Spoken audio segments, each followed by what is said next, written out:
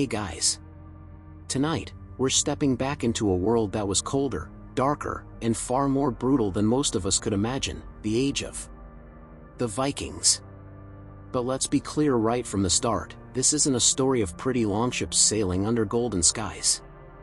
This is a journey into smoke-choked villages, screaming battlefields, and rituals that would make even the strongest among us go pale. It's a tale soaked in blood, fire, and fear. The kind of history that doesn't sit quietly in textbooks, it claws at you. It lingers. And tonight, we're going to walk straight into it. But before we do, take a second to like this video and subscribe, if you haven't already. Not for the algorithm, but because if you enjoy long-form storytelling that blends history, legend, and just enough darkness to make you wonder what's under your bed, you're in the right place. Also, let me know in the comments. Where are you watching from? What time is it for you right now? It's always fascinating to see who's tuning in from which part of the world, especially when we're about to explore a culture that quite literally touched every coastline it could reach. Alright. Now, dim the lights. Maybe turn on a fan or light a candle. Get under the covers if that's your thing. Let your space feel just a little more ancient, like something from another time. Because the world we're about to enter isn't just old, it's feral. We're talking about men who were forged by ice and raised on violence. A people who believed that death wasn't the end, it was the goal. To die well, with a weapon in your hand, was to enter the halls of the gods.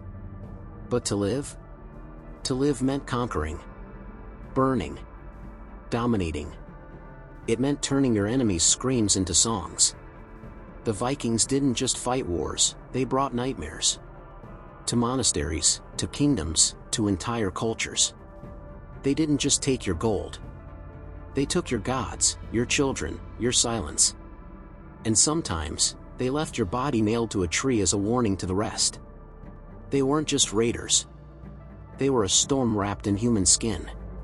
A force that rose from the frostbitten corners of Scandinavia and crashed across the known world like a flood. And even now, centuries later, we still feel their presence. In language. In blood. In fear.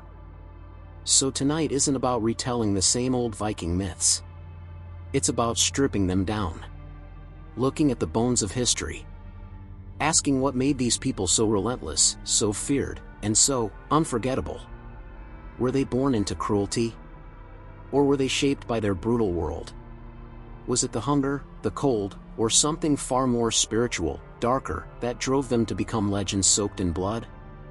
We're going to talk about it all. From the frozen fjords that forged their first warriors, to the raids that shattered empires, to the rituals so disturbing they blurred the line between religion and madness. This is not a documentary. This is a journey. One that begins in silence and ends in fire. Welcome to the world the Vikings made. It all begins with cold. Not the kind of cold you shake off with a jacket or a warm drink. We're talking about the kind of cold that cracks your skin open. That bites into your lungs and doesn't let go. Centuries ago, in the far north of what we now call Scandinavia, Norway, Sweden, Denmark, the winters weren't just seasonal. They were a test. And the test never ended. The land was jagged and brutal, full of dark forests, ice-covered mountains, and winds that whispered through the valleys like spirits looking for the dead. And if you weren't dead, you were hungry. Because food was never promised. You could fish, if the lakes weren't frozen. You could hunt, if the prey hadn't already vanished into the trees. And when that didn't work, well, let's just say even old family grudges sometimes ended over a steaming bowl. Survival wasn't just a challenge, it was a lifestyle. Children grew up knowing that nature didn't care about them. It didn't care about fairness. If you were weak, you died. If you hesitated, you starved. If you didn't kill, you didn't eat. That's the world the Vikings were born into. If you died poorly, if you ran, if you begged, if you were weak, you might go to hell. Not the fiery hell you know from Christian tales, but a cold, silent shadow world where no songs were sung, no ale was poured. Just an endless, gray nothing. So imagine growing up like that. Imagine believing from childhood that your only way to matter was through violence. That honor wasn't in kindness, it was in how loud your enemies cried. That your name would only be remembered if it was spoken with fear. The Norse didn't build empires. They didn't have grand marble cities or flowing robes or libraries filled with scrolls. They had wood, bone, and steel. They had boats carved from trees and stories carved into stone. They had gods carved into their dreams, gods who demanded blood. And so the Viking soul was carved, too. Out of ice. Out of starvation. Out of watching the sun disappear for months on end, and not knowing if it would return. They lived on the edge of the known world, and they liked it there. Because being on the edge meant you knew how to hold a blade. It meant you knew how to burn your fear and wear its ashes as armor. You see, brutality doesn't grow in comfort. It grows in hunger. It grows in the gnawing silence of winter when there's no food, no firewood, and no rescue. It grows when children are buried in snow and elders choose to walk into the forest, alone, so the others can live. It grows when you stop believing the gods will save you, and instead start believing you are the weapon of the gods.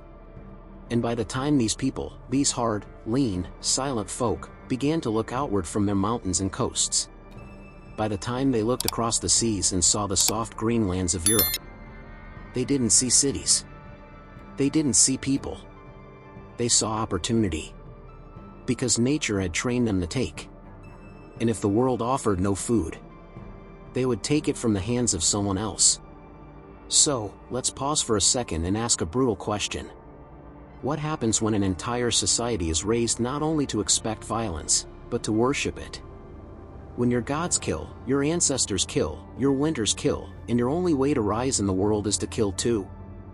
You get the Viking Age. You get a people who didn't flinch at the sight of blood.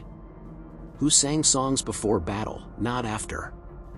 Who sharpened their axes not just for survival, but because they believed that their names would echo in the halls of the gods only if those blades were red. They weren't evil. They weren't even angry.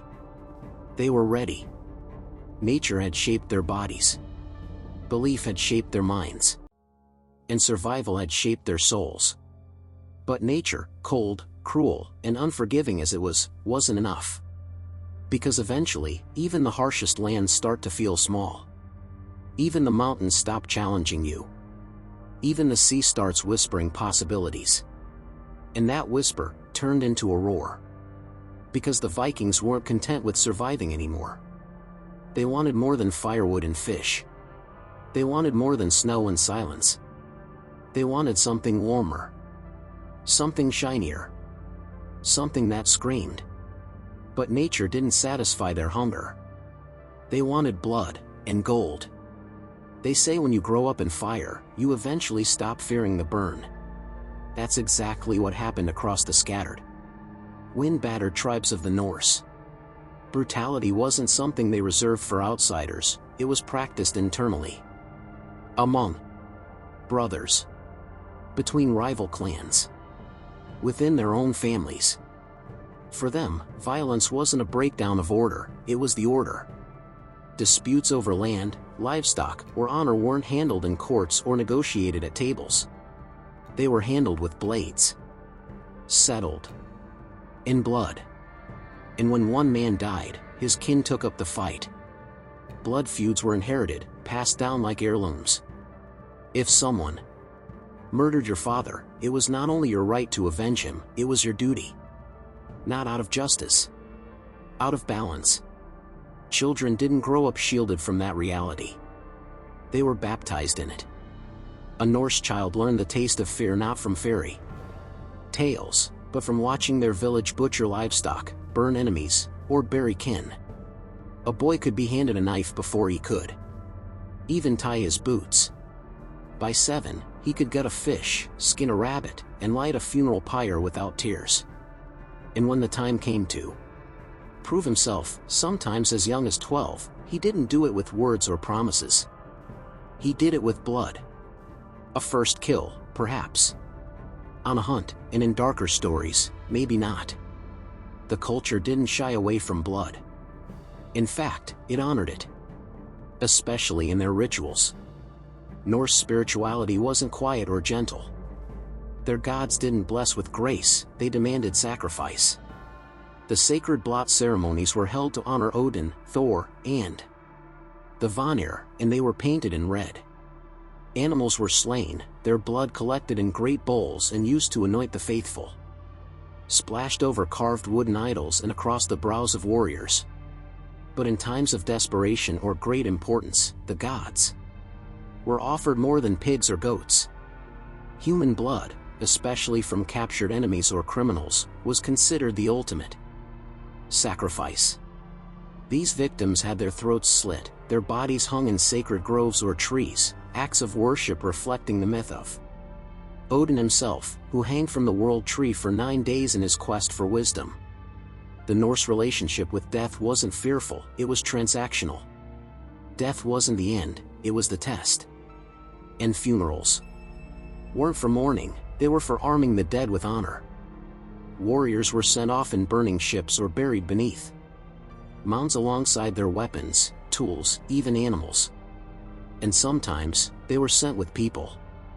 Slaves, wives, or servants were occasionally killed and buried with their masters, whether they volunteered or not, to serve in the next life. The idea wasn't cruelty. It was completeness. You died as you lived, surrounded by strength, status, and sacrifice. From these brutal beginnings, something sharp began to form, not just a culture of warriors, but a hardened identity. By the 700s, the Norse tribes had developed a complex web of honor, vengeance, and faith. They were tough, loyal to kin, but utterly merciless when it came to survival or conquest.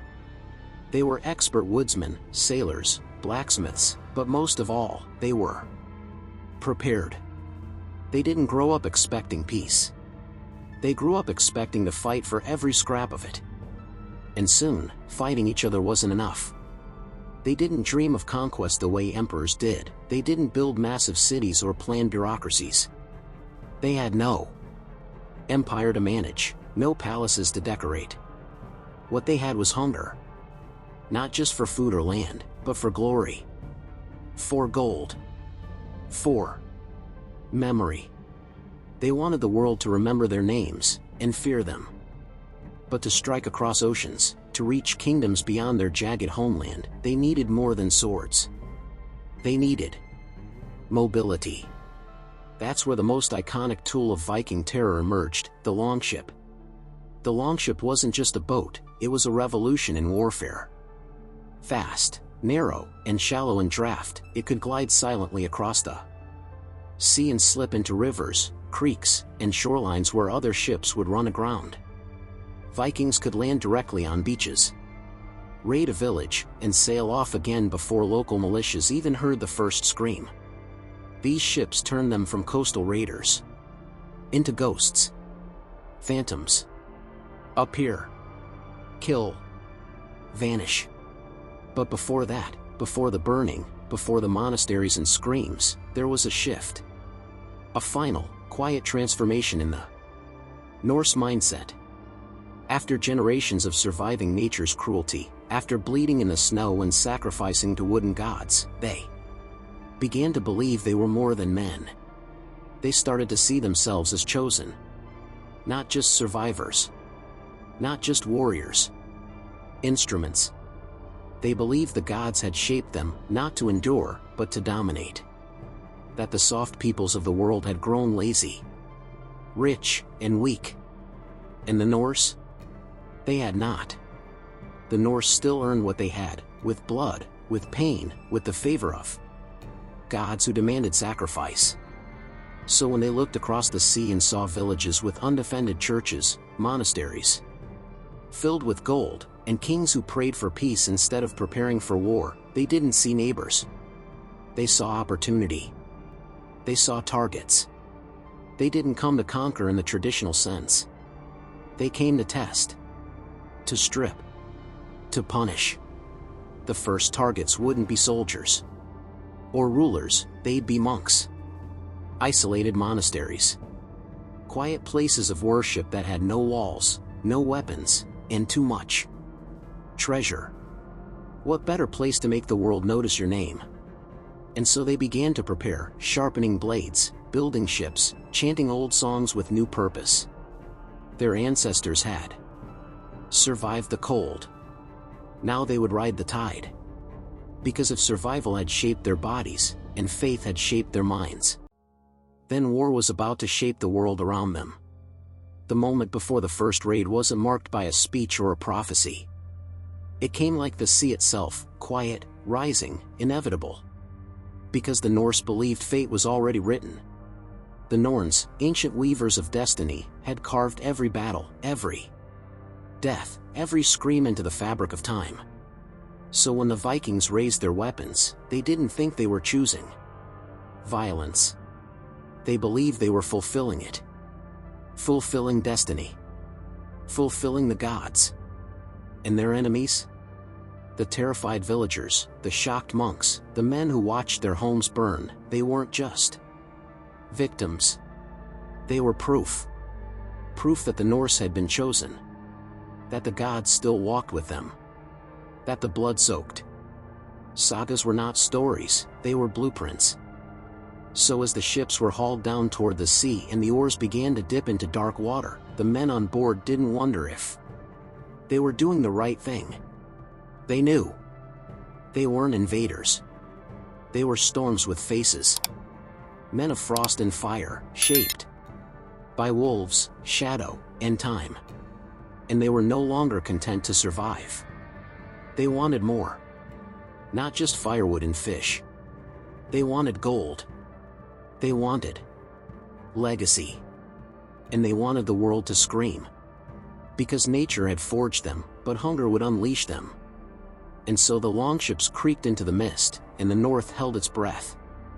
When the longships finally touched the shores of England, there was no royal decree, no declaration of war.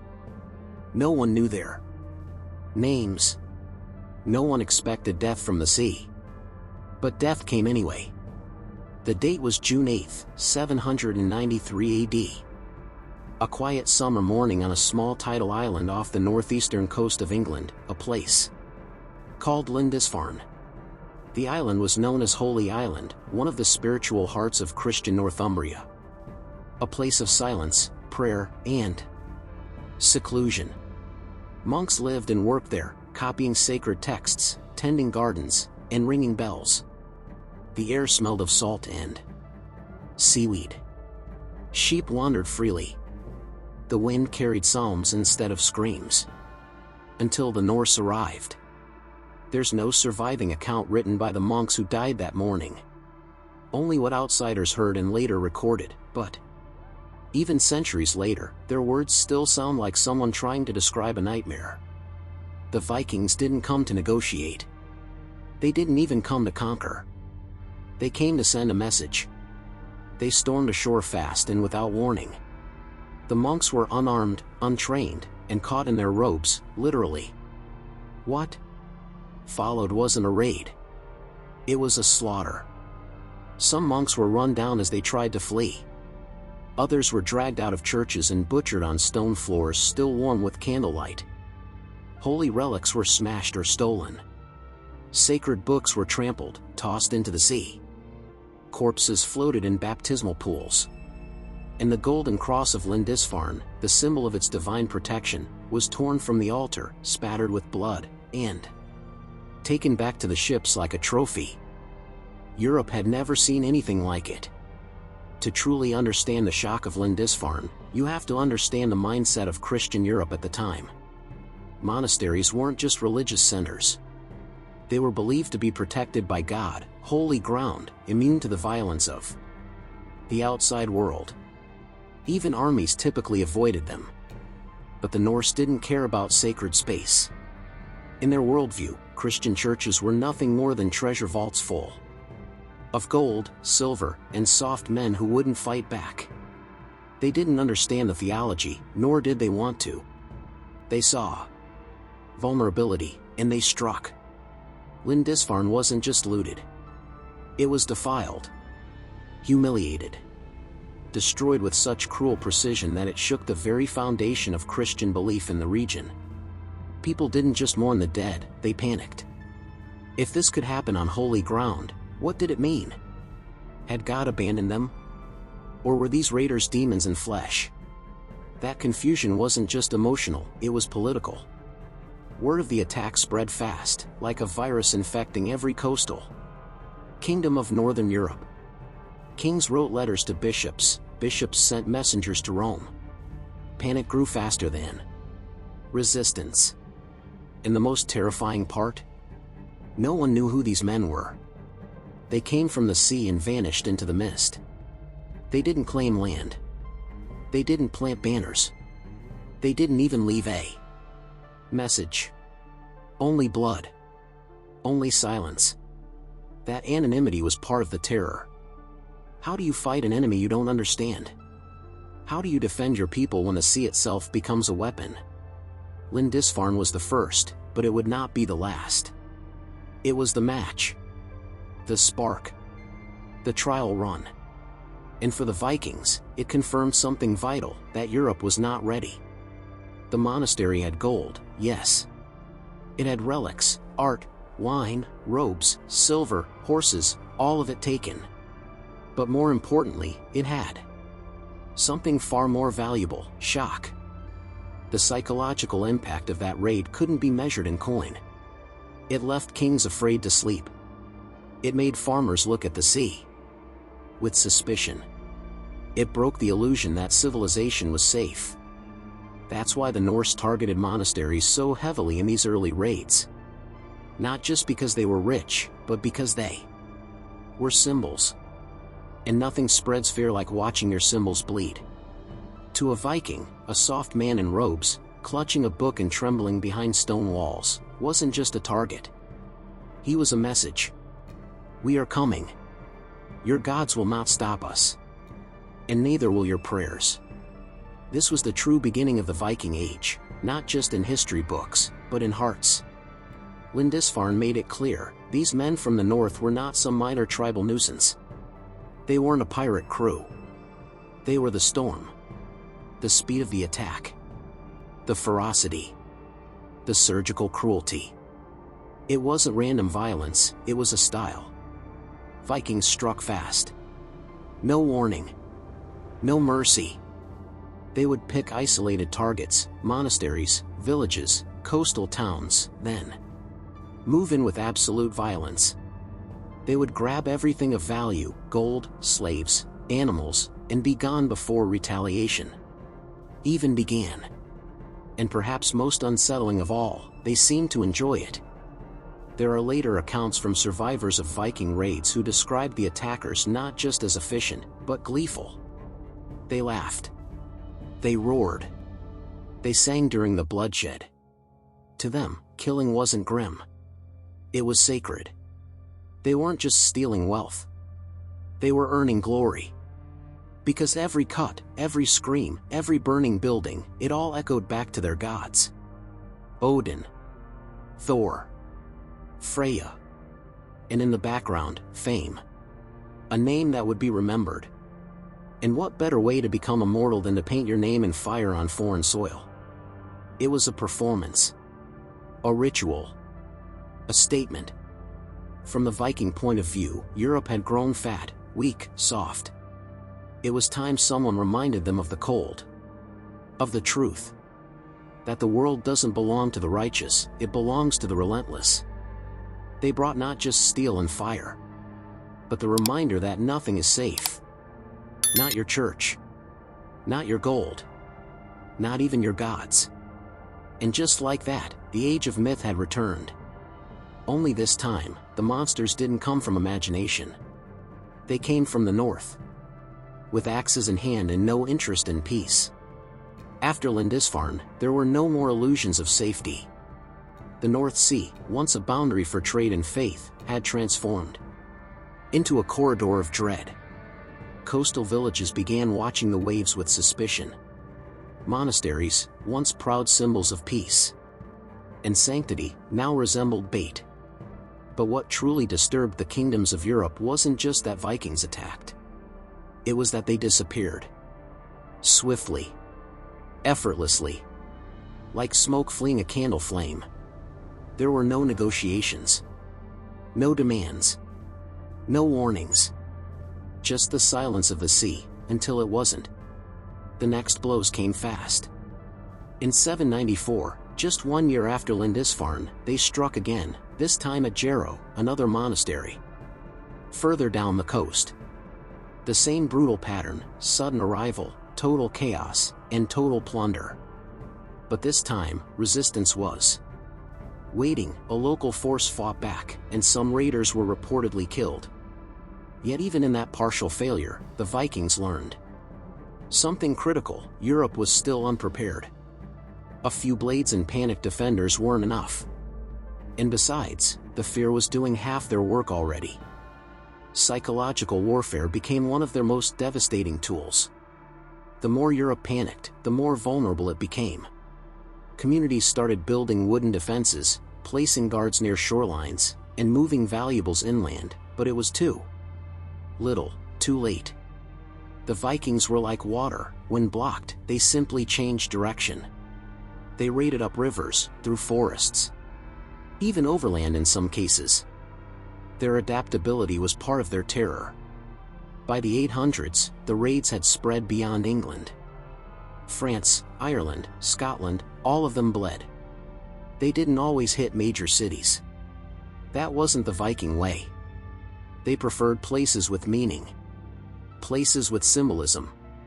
Places where blood would echo louder. In Ireland, they targeted monastic centers like Iona and Armagh, some of the most sacred Christian sites in the country.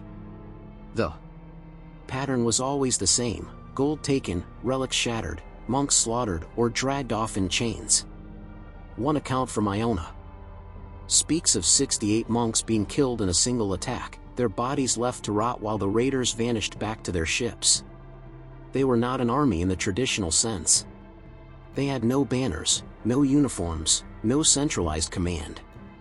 But what they did have was consistency. And that made them feel like a force of nature, impersonal, unstoppable, and everywhere at once. Still, Europe resisted the truth. Many rulers believed these attacks were a phase, isolated waves of madness. They assumed the Norse would return home after stealing enough. That this was just a temporary surge of barbarism. That they would tire, or be beaten back. But the Norse weren't simply pillaging for greed. Something deeper was driving them, a hunger not just for wealth, but for identity. Every raid was a performance. A public declaration of strength. The more brutal the attack, the stronger the message: we are not like you. We are what you fear becoming. And make no mistake, the Vikings were fully aware of their reputation. They crafted it deliberately. They wore wolf skins, painted their faces, let their hair grow wild, and adorned their ships with dragon heads and grotesque carvings. Not just for intimidation, but to become myth. To many villagers, it felt like the sea itself had given birth to monsters. No one knew their names, only their screams. But while Christian monks saw demons, the Norse saw destiny. To them, this wasn't senseless violence. It was sacred work. Odin did not reward cowardice. He watched from his hall in Valhalla, waiting to see which warriors would make their deaths worthy. And if death was the cost of glory, so be it. What mattered most was how loud your death rang in the ears of the living. That's why many raiders would charge fearlessly into battle. Not out of madness, but out of purpose. To die in a raid wasn't failure. It was a form of immortality. In time, their methods became even more strategic. As they realized how easily terror could open doors, they began to take captives for ransom. Monks, nobles, even bishops, all were fair game. They would be dragged back to the ships, bound and bloodied, and held until gold or silver was paid for their return. And if no one paid, well, the axe was always ready. This system worked. terrified rulers began paying Viking leaders to not attack. These payments were called Danegeld. Literally, Dane gold. It was protection money, paid in silver by kings and councils desperate to buy peace. And the Vikings? They took the silver, laughed, and came back anyway. Because fear was a currency more powerful than gold, and it didn't devalue. By the mid-800s, something had shifted. These weren't just raids anymore. They were campaigns. Entire fleets of longships, dozens, even hundreds, would travel together, coordinated like a swarm. They didn't just strike and vanish. They started staying, wintering in foreign lands, building camps, planning second waves. They weren't just coming from the dark. They were becoming part of the landscape. That's when the real dread began to spread. Because now Europe had to accept a horrifying possibility. This wasn't going to stop. The raids weren't isolated horrors, they were the beginning of a new order. One not ruled by priests or kings, but by the axe and the longship. And behind it all, a belief system that didn't just allow this violence, it celebrated it.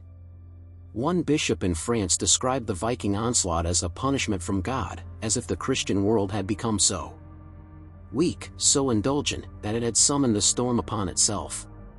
Another account tells of people abandoning the coastlines entirely, moving villages inland, building wooden walls, and placing armed guards in every chapel. But none of it worked. The Norse simply adapted, striking in new places, finding new paths.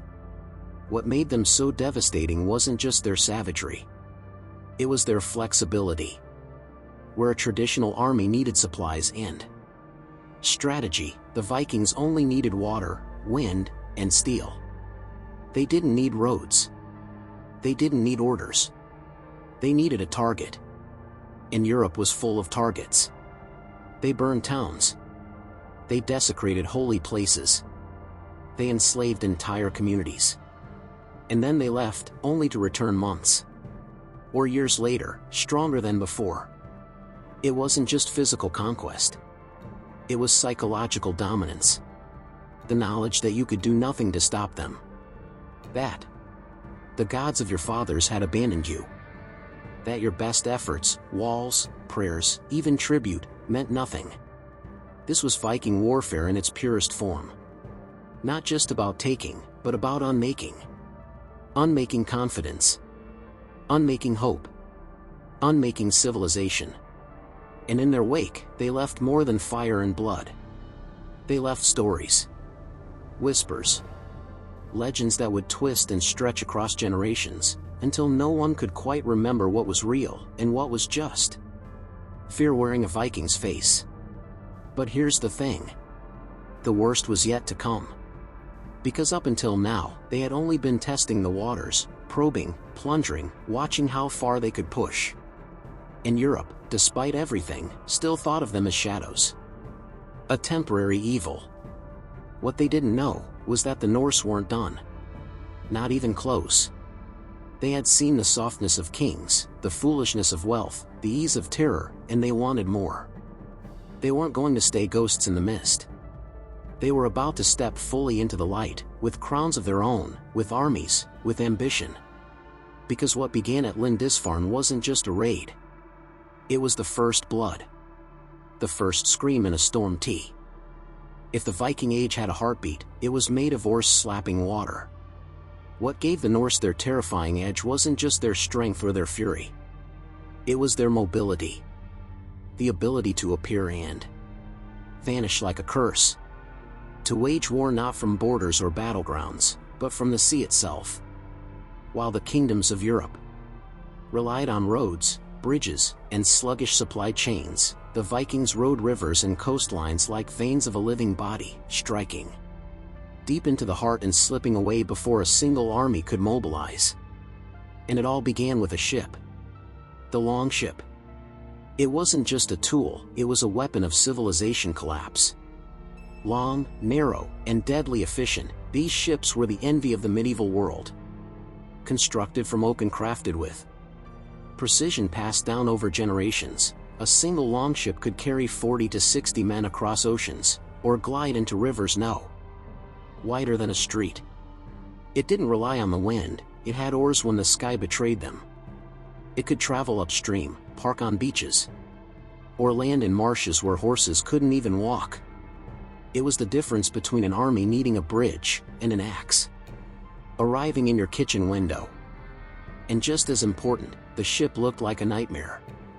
The prow of a longship often bore the head of a dragon or serpent, carved in twisted, gnarled wood, painted with red pigments that ran down the sides like dry blood.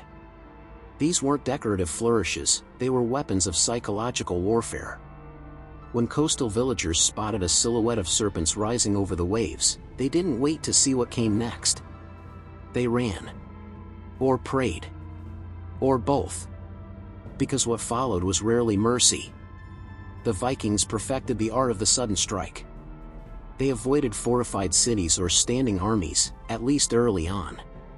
Instead, they scouted soft targets, undefended towns, remote monasteries, trade routes, fishing harbors. Places that weren't considered military objectives until blood soaked their soil. A typical raid would unfold like a horror story. Before dawn, the ships would slide onto shore in silence. No trumpets. No banners. Just the sound of wet boots and creaking leather. Within minutes, doors were kicked in. Anyone who ran was hunted. Anyone who resisted was butchered. The rest? Taken. As slaves. As cargo. Or worse. And then they vanished. Gone before the local lord even heard the news. The terrifying part wasn't just the violence, it was the speed. Entire villages could be reduced to corpses and smoke in under an hour. No warning. No logic. No negotiation. One moment, you were praying. The next, your chapel was burning, and your friends were screaming. And when help arrived, the attackers were already miles away, laughing on the tide. This is why they were called ghosts of the sea. Not just by frightened monks, but by kings who couldn't catch them. They didn't behave like a normal threat. They weren't an army marching with supply wagons. They were a plague. A moving shadow. You couldn't predict them, only react. And by the time you reacted, it was too late. As their confidence grew, so did their reach. From the cold fjords of Norway and Denmark, they fanned outward in every direction. To the west, they struck Ireland with such frequency that locals began describing the Norsemen not as a people, but as a season, like winter. Something that simply came and brought death. To the east, they sailed down the rivers of what is now Russia and Ukraine, the Dnieper, the Volga, the Don.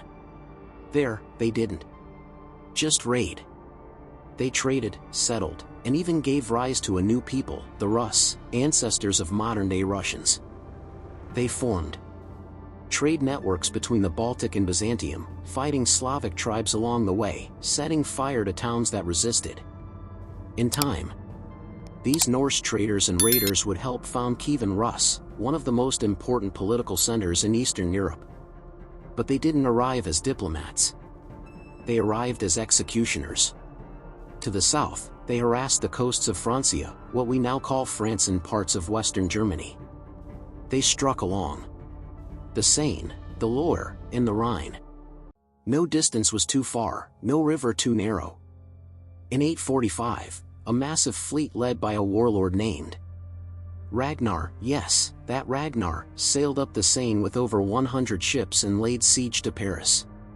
They didn't break the gates. They didn't need to. They set fire to everything around them, tortured nobles in public, and demanded a ransom. The king of West Francia, Charles the Bald, paid them nearly 7,000 pounds of silver to leave. And they did. But the message was clear, even the great cities of Europe were not safe. That moment wasn't just a payday. It was a revelation. The Norse learned something critical in Paris, that you didn't need to conquer a kingdom to control it. you could simply scare it into obedience. Fear was more profitable than occupation. So they honed their methods. Viking raids became more than looting. They became psychological warfare. After massacring a town, they often left a few survivors, maimed, disfigured, and broken, to spread the story. People with missing eyes, severed tongues, or runes carved into their flesh. These weren't mistakes. They were messages. Warnings. Stories that traveled faster than any ship. One mutilated monk could do more damage than a dozen burned churches. Because terror spreads in stories, and the Norse understood that. They made sure everyone talked about them. They mutilated captives, hung bodies from trees, nailed heads to church doors. And then they'd leave. Because the next town would hear what happened, and the fear would bloom before the sails even appeared. Sometimes, towns surrendered before the Vikings landed. That was the goal. Victory before battle. Conquest through fear. And while this might sound barbaric, it was also incredibly strategic. Unlike other medieval powers, the Norse didn't care about maintaining infrastructure. They weren't interested in governance, not yet. They didn't need your village intact. They just needed you afraid. They needed the world to whisper their name with dread. It worked. Entire regions began to reshape their defenses around Viking terror. Monasteries were fortified. Coastal watchtowers were built. But even then, the Vikings adapted. They changed their landing points, moved inland faster, took rivers that hadn't yet been considered military vulnerabilities. They didn't just sail the sea. They owned it. And with every successful raid, they grew richer, more organized, and more ambitious. No longer just bands of warriors, now they were becoming clans, kingdoms, and armies. But what separated them most wasn't their steel. It was their soul, the way they saw war. Because for a Viking, violence wasn't a tool. It wasn't a last resort. It was something much deeper. To the outside world, the Vikings looked like marauders. Uncivilized. Blood-hungry. Men who killed for gold and burned for thrill. But to the Norse themselves, war wasn't savagery. It was structure. A sacred duty. A way of living that mirrored the universe. As they understood it, brutal, unpredictable, and never merciful. To understand why Viking violence was so absolute, you have to understand their mythology. In Norse cosmology, life wasn't a test to earn peace, it was a battlefield to prove your worth. The gods were warriors, not saints. Odin, the All-Father, was not a god of kindness or protection. He was the god of war, death, and madness. He hung himself from the world tree for 9 nights. To gain wisdom. He sacrificed his eye to see farther. He tricked, betrayed, and slaughtered, all in the name of understanding. Fate. And for Odin, the greatest gift a man could offer was blood. So when Vikings killed, they didn't see it as cruelty. They saw it as devotion. When they lit homes on fire, when they gutted a monk on the altar of his own chapel, when they defiled relics and smeared blood across crosses, it wasn't just about plunder.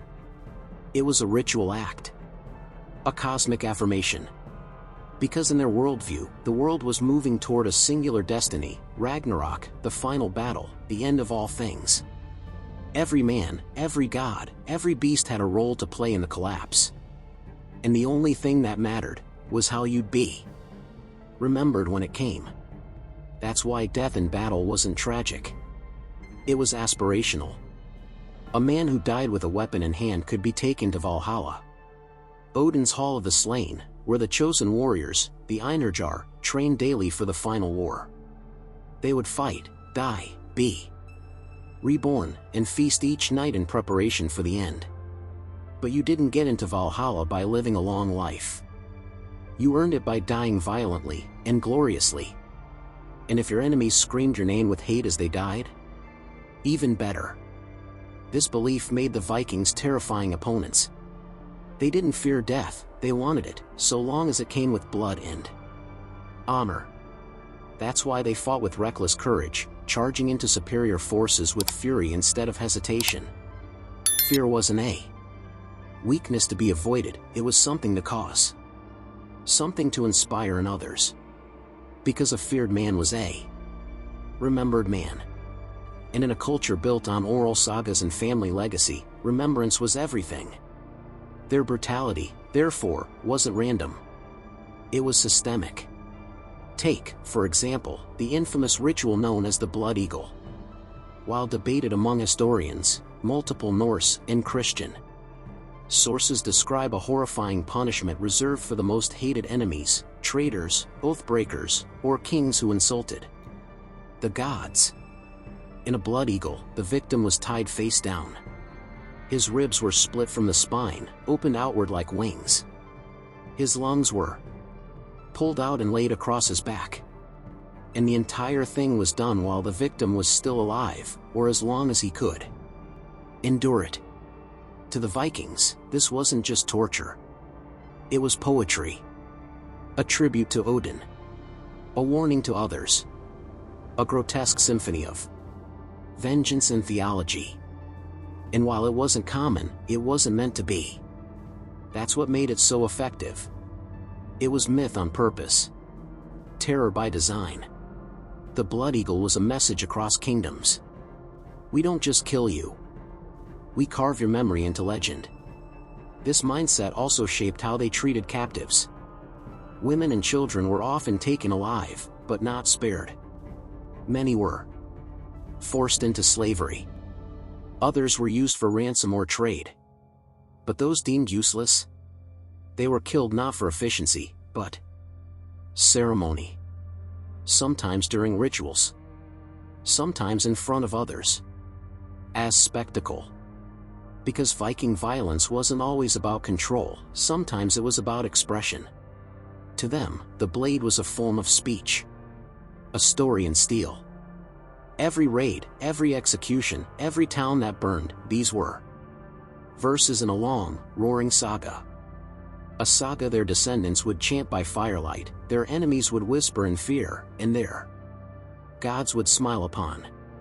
This is why, as the 9th century dragged on, Viking raids didn't become less violent, they became more theatrical. They'd arrive singing. They'd leave laughing. And in between, only blood. Their reputation became so infamous that, in some parts of England, churches literally added a line to their daily prayers.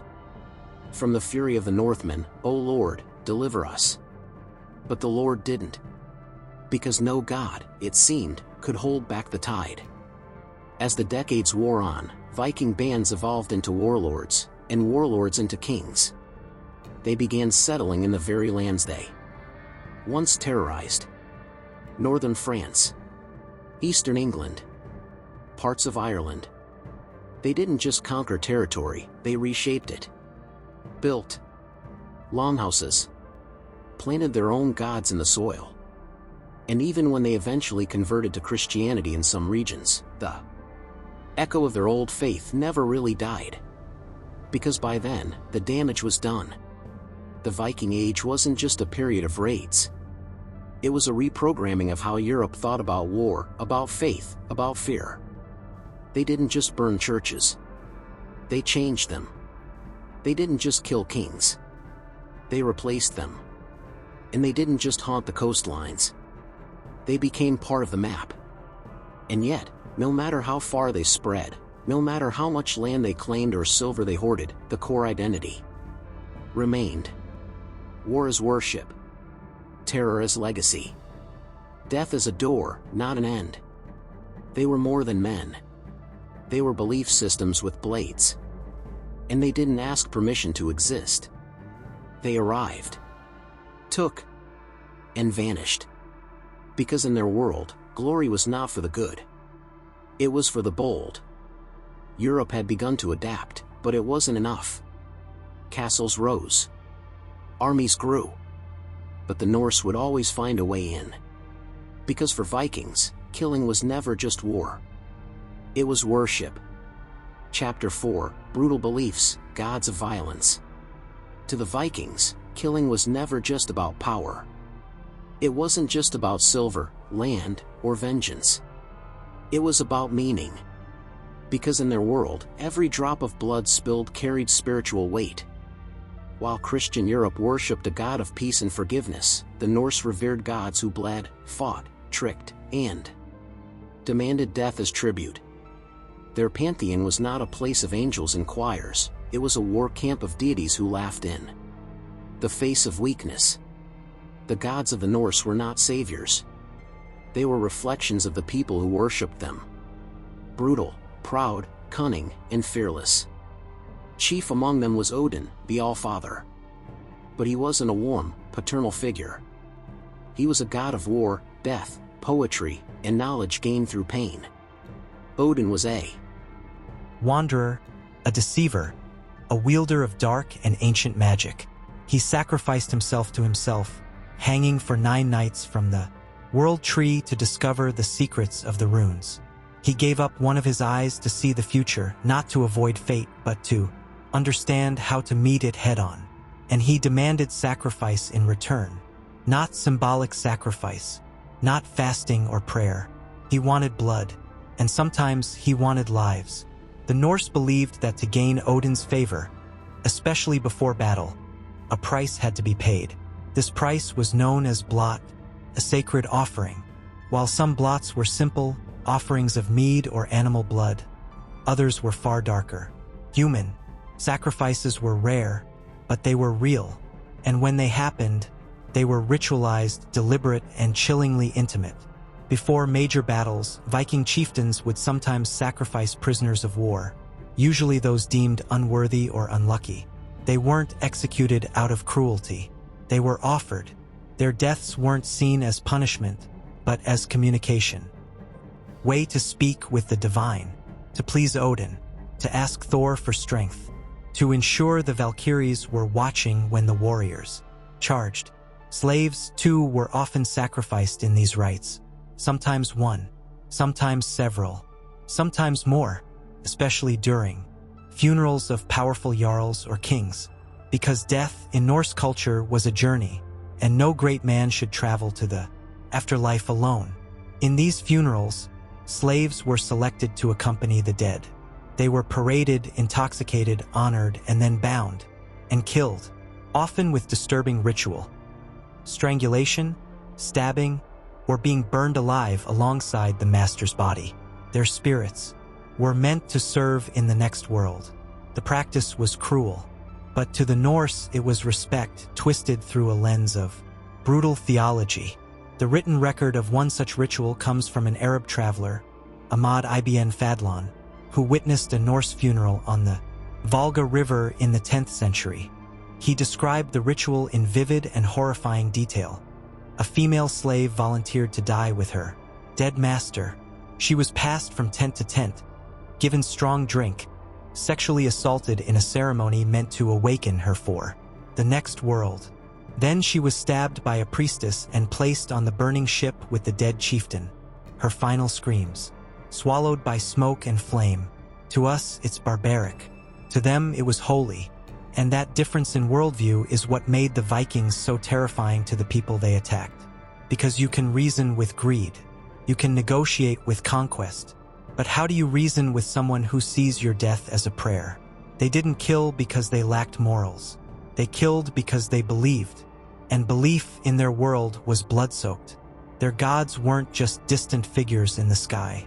They were present in everyday life, in the wind, the waves, the stones, and the steel. The Norse prayed not in chapels, but with action, with sacrifice, with the shriek of blades against bone. Even Thor, the hammer-wielding god of thunder, was more than just a stormbringer. He was a protector of mankind, but he did it through violence. He didn't forgive enemies. He crushed them with a hammer that always returned to his hand. To pray to Thor was to pray for the strength to dominate, to destroy before being destroyed.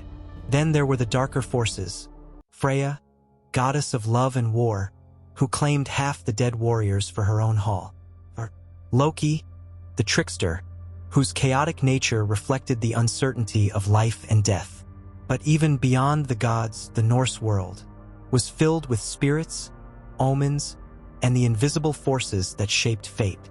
To navigate this spiritual web, they turned to Seer, a form of Norse magic, often practiced by women known as Volvas or seeresses. These were mystics, feared and revered, who claimed to see the threads of fate itself. They cast bones, burned herbs, chanted runes, and entered trance-like states to communicate with unseen powers. Seer was not soft magic. It was the magic of blood, of fate, of manipulating the world through pain and sacrifice. Warriors would carry blood-stained runes carved into bone or stone, believing they carried divine power, strength in battle, protection from blades, or the ability to curse enemies. Some believed that carrying the tooth of a slain man or the hair of a virgin woven into their armor would grant them invincibility. They lived in a universe where nothing happened without meaning, especially death. And in this world, ritualistic death wasn't horror. It was currency, paid for glory, for divine favor, for a legacy carved into memory. Even the process of carving runes into weapons, shields, and stones was an act of reverence. These weren't just decorations. They were spells, promises, and prayers. Some runes were soaked in blood before being engraved, not out of superstition, but because the blood sealed the power. It gave the symbol life. It made the steel speak to the gods. And when the Viking warriors stood on the shores of foreign lands, axes ready, their armor etched with bone charms and red-painted sigils, they believed they were not alone, that Odin was watching, that Thor stood beside them, that their ancestors whispered in the wind, guiding their blades. This belief system created a kind of invincibility, because how do you defeat someone who believes dying at your hand makes him a hero? This wasn't mere courage. It was cosmic alignment. The battlefield was a temple, and the sword was the prayer. This is why so many Viking raids looked like madness to the outside world. They charged into cities outnumbered. They attacked fortified positions. They fought until their last breath. Because they weren't trying to survive, they were trying to earn their place, not on Earth, but in Valhalla.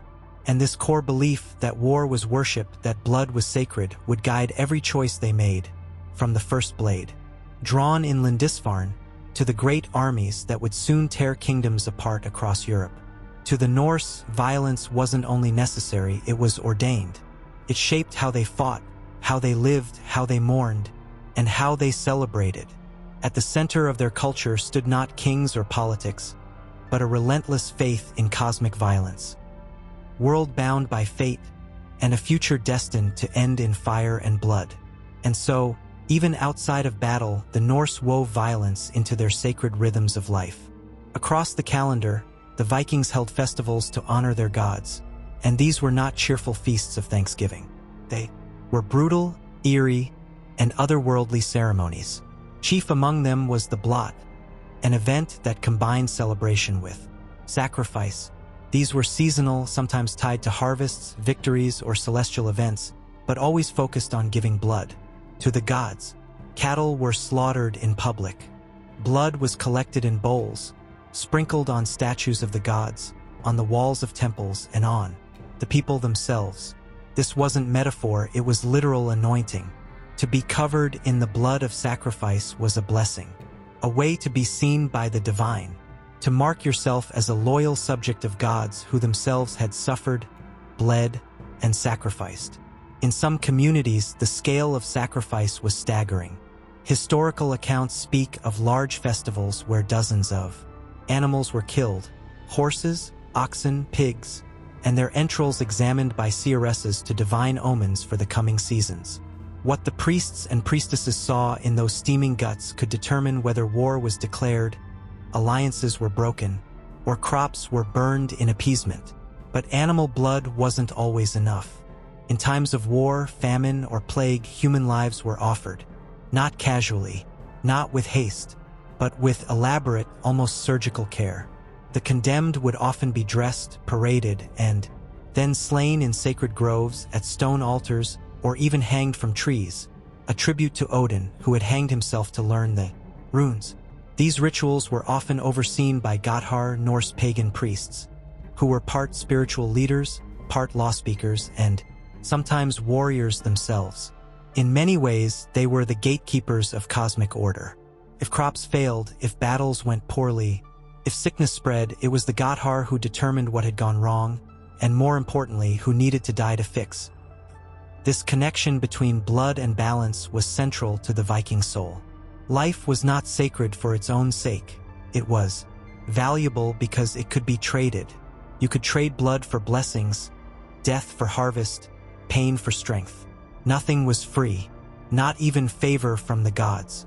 This theology birthed an entire worldview built around exchange through violence. A man who fell in battle had not lost. He had paid his way to glory. A chieftain who burned a village had not merely plundered. He had offered the smoke and screams to the gods as testimony of his worth. Even the capture of slaves was seen not just as practical but spiritual. Slaves were tools but also tokens. Their lives could be spent in sacrifice, their deaths turned into omens, their blood used to seal oaths. Among the most chilling of these rituals were those tied to oath-making and vengeance. When Viking warriors swore allegiance to a jarl or king, it was not enough to speak words. They sometimes sealed pacts with drops of blood, slashed palms pressed together over a fire, weapons dipped in sacrifice, or oaths spoken aloud while standing, in animal entrails, surrounded by chanting. Because an oath wasn't just a promise. It was a spiritual chain. If broken, it didn't just disgrace the man, it angered the gods. And that brought consequences. Vengeance, therefore, wasn't merely personal. It was theological. If your father was murdered, you were required to avenge him, not just for honor, but to restore spiritual balance. Blood must answer blood. Otherwise, the soul of the slain would wander unavenged, unable to pass into the afterlife in peace. This belief explains why Viking blood feuds lasted generations. An insult or death didn't fade with time. It echoed, abound. Sons to their fathers, brothers to their kin. Entire lineages were shaped by vengeance rituals, each generation trying to fulfill old debts written not in law, but in blood. And as all this unfolded in the realm of men, the tools they used were forged in ritual too. Weapons weren't just functional. They were spiritual companions. A warrior's sword might be passed down for generations. Its blade inscribed with runes, not just names, but spells. Some were said to never break. Others were believed cursed, only to be wielded by the worthy. Shields were painted with sigils, sometimes smeared with animal blood before battle. Helmets bore the symbols of ravens, wolves, or thunder, the emblems of Odin, Fenrir, and Thor. Even ships, those glorious longships that carried raiders across oceans, were consecrated with blood before maiden voyages. Sometimes, captives were tied to the prow and bled into the sea as a gift to Aegir, the god of the ocean. Only then, it was believed, would the sea grant safe passage and fair wind. And it wasn't only men who wielded this sacred violence. Women, too, played critical roles in Viking spiritual warfare. The Valva, the seeress or sorceress, was one of the most powerful figures in Norse society. She could sway the will of chieftains, terrify warriors, and call down curses that shattered minds. Draped in dark robes, armed with staffs and relics, the Valva entered trances by inhaling smoke, drinking herbal brews, or chanting the names of the gods. In this altered state, she was said to see the threads of fate, to speak with the dead, to summon spirits. She could bless a blade or doom a king. In a world of war and death, the Valva was often feared more than the sword. Sometimes, she would oversee rituals before battle, burning herbs, marking runes in blood, and whispering ancient words over each warrior's head. Some were anointed, others, she said, were already marked for death. And in Viking culture, if a Valva said your fate was sealed, you believed it. That belief became self-fulfilling. Warriors marked for death often fought more ferociously, knowing they had nothing to lose. And when they died, Their comrades said it was because the gods had already chosen. Their role had been played, and so the war machine turned on, not fueled by greed or madness, but by cosmic inevitability. To outsiders, the Viking way of war was unthinkable. But to the Norse themselves, it was simply living properly, aligning one's life and one's death with the rhythms of the gods. In this world, mercy was not virtue. Mercy was weakness, and weakness was spiritual treason. A Viking didn't beg. A Viking didn't weep. A Viking fought, bled, and died for something greater, not to preserve life, but to sacrifice it well. And as the decades passed, this fusion of belief and violence didn't fade. It spread. It hardened. It became institutional. By the 9th and 10th centuries, Viking armies were more than raiders. They were pilgrims with axes, carrying their gods across the world, carving temples in the bones of their enemies. Their blades were sharpened by belief and bathed in ritual. Chapter 5: Psychology of Fear. Before their enemies heard steel, they heard stories. The Vikings weren't just warriors, they were engineers of fear. Their greatest weapon wasn't their axe or their ship. It was reputation. And in the medieval world, a chilling story could do more damage than 100 swords. They knew this. They designed for it. Wherever the Norse went, fear arrived first, often weeks or months before the longships touched shore. Because once a single village was burned, a single church defiled, a single noble's family mutilated and left as a message, the rumors spread, like fire in dry grass. This wasn't an accident. It was strategy. The Vikings understood something that modern psychological warfare still leans on today. You don't need to destroy everyone. You just need to make everyone afraid they're next. And the terror they left behind wasn't just about what they did, but how they made people remember it. Let's start with perhaps the most iconic and most horrifying symbol of Viking cruelty, the blood eagle. To this day, historians debate whether it was a real ritual or an exaggerated myth told by their enemies. But myth or not, one thing is undeniable: it worked. According to legend, the blood eagle was a brutal execution performed on high-value enemies, kings, nobles, or traitors, meant to send a message that echoed for generations. The condemned would be restrained, his back cut open along the spine. The ribs would be broken outward like wings and the lungs pulled through and draped over the shoulders. If done slowly, the victim might even remain alive through most of the process. It was so grotesque, so inhuman, that it became legend. And in a way, that was the point. Whether or not it happened precisely as described didn't matter.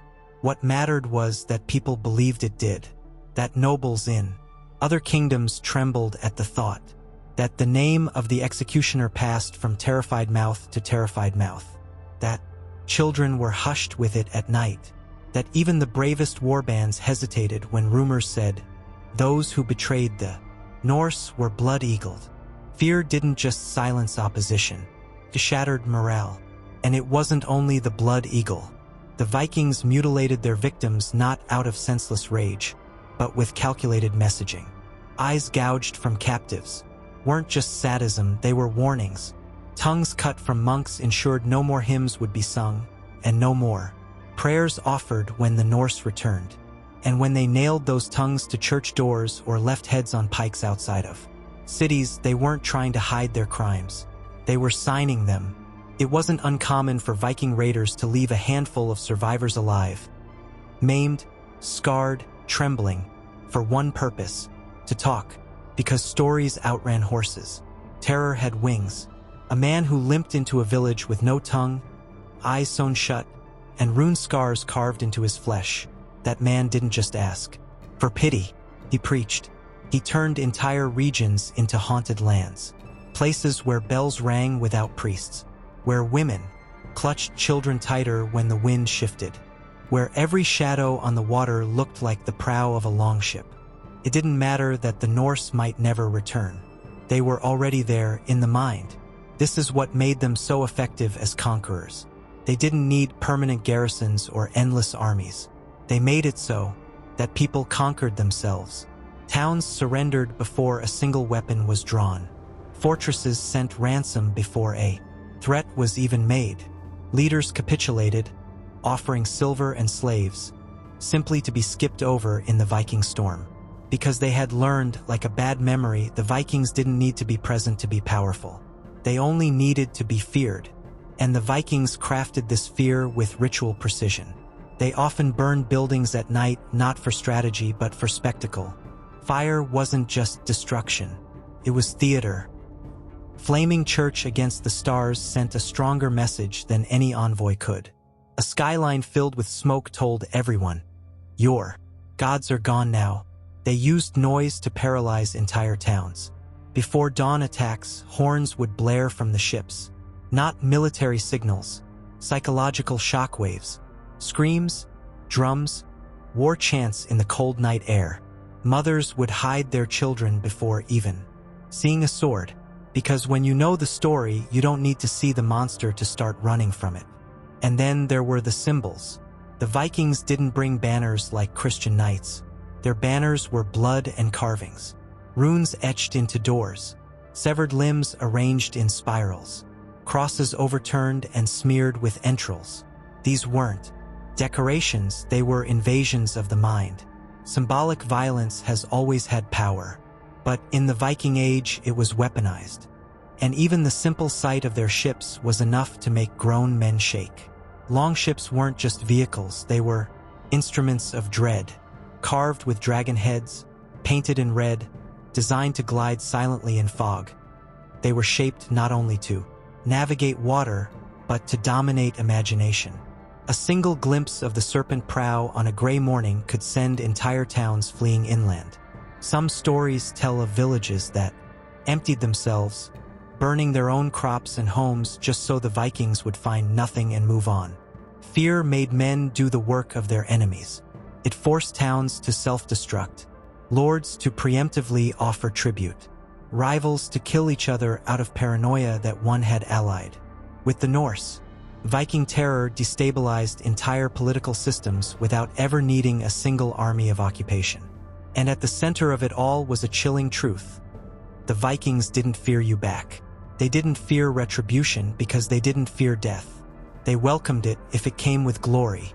That imbalance of fear, you terrified, them grinning, turned every raid into a slaughter. You can't intimidate a man who believes dying sends him to paradise. So the Vikings roamed free like a virus, not because they couldn't be stopped, but because stopping them required a kind of resolve most weren't ready to show. And the world learned a brutal lesson. A sword can be stopped, a fleet can be burned, but fear lingers. It lingers long after the fire dies down, long after the footprints vanish from the shore, long after the screams fade into cold silence. And in those silences, in that choking stillness, the Vikings remained, not in flesh, but in the minds of those who'd heard their stories. Fear didn't stop at foreign shores. While Viking warriors mastered the art of projecting terror outward, they also perfected the art of using it inward on their own people. Inside the chieftain's hall, on windswept farms, in isolated settlements, and aboard longships sailing under blood-red skies, fear was just as present.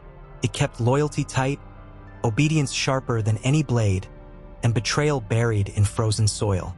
The same culture that taught men to terrify monks and kings also taught them to fear each other, especially those above them. Viking society was built on honor, yes, but also on reputation, power, and a rigid system where strength ruled. While sagas often romanticized brotherhood, real power in the Norse world was won and maintained through dominance and public displays of control were essential to prevent dissent. A Viking chieftain didn't just command. He intimidated. He had to. His authority wasn't backed by institutional law or divine right written in scrolls. It was backed by violence, both potential and real. If a subordinate challenged him, the response had to be swift and brutal, or he risked losing not only face, but leadership altogether. Disloyalty was punished with methods designed not just to kill, but to make others think twice.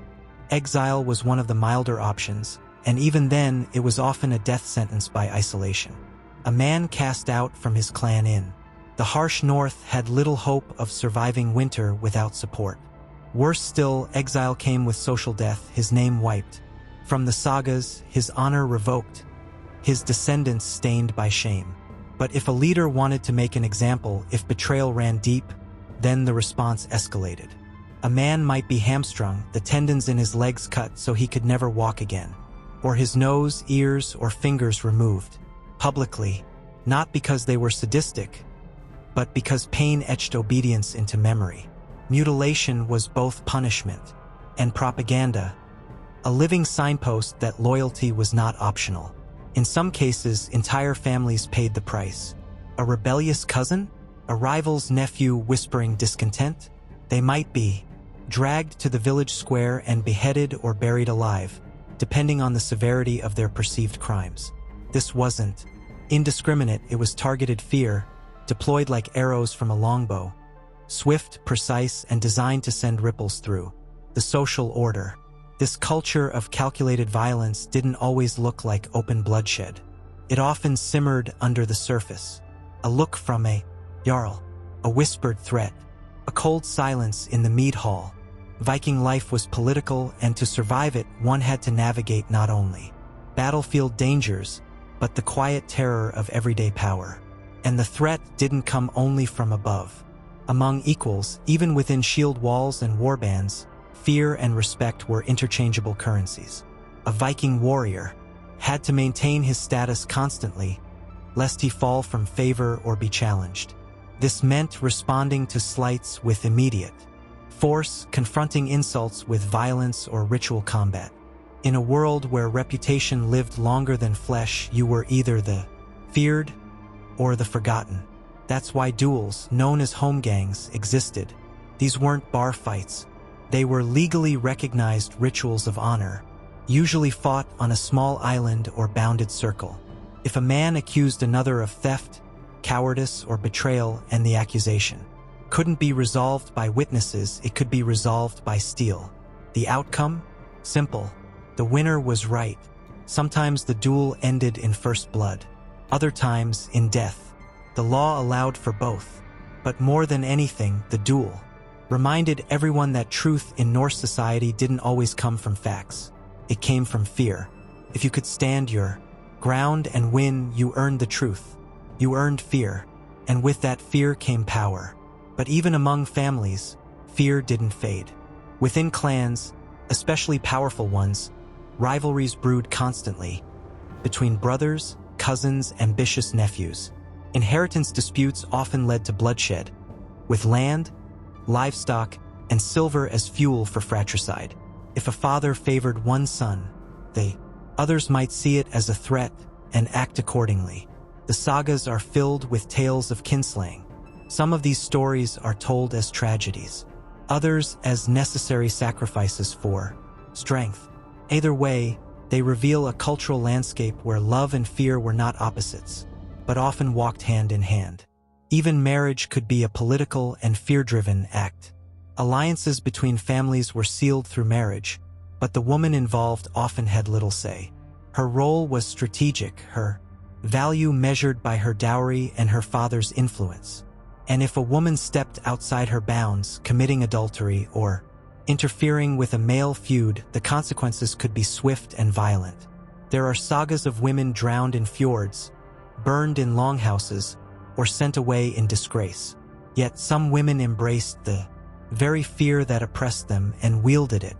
Seeresses, widows of slain jarls, and powerful matriarchs often ruled through whispers and ritual. Some even issued death sentences through invocation rather than blade, predicting doom rather than commanding it, which in Viking eyes was sometimes more terrifying. But the most subtle and perhaps most destructive use of internal fear came through ostracization. To be declared Ningur was to be marked as the lowest of the low, a coward, an oathbreaker, a man without honor.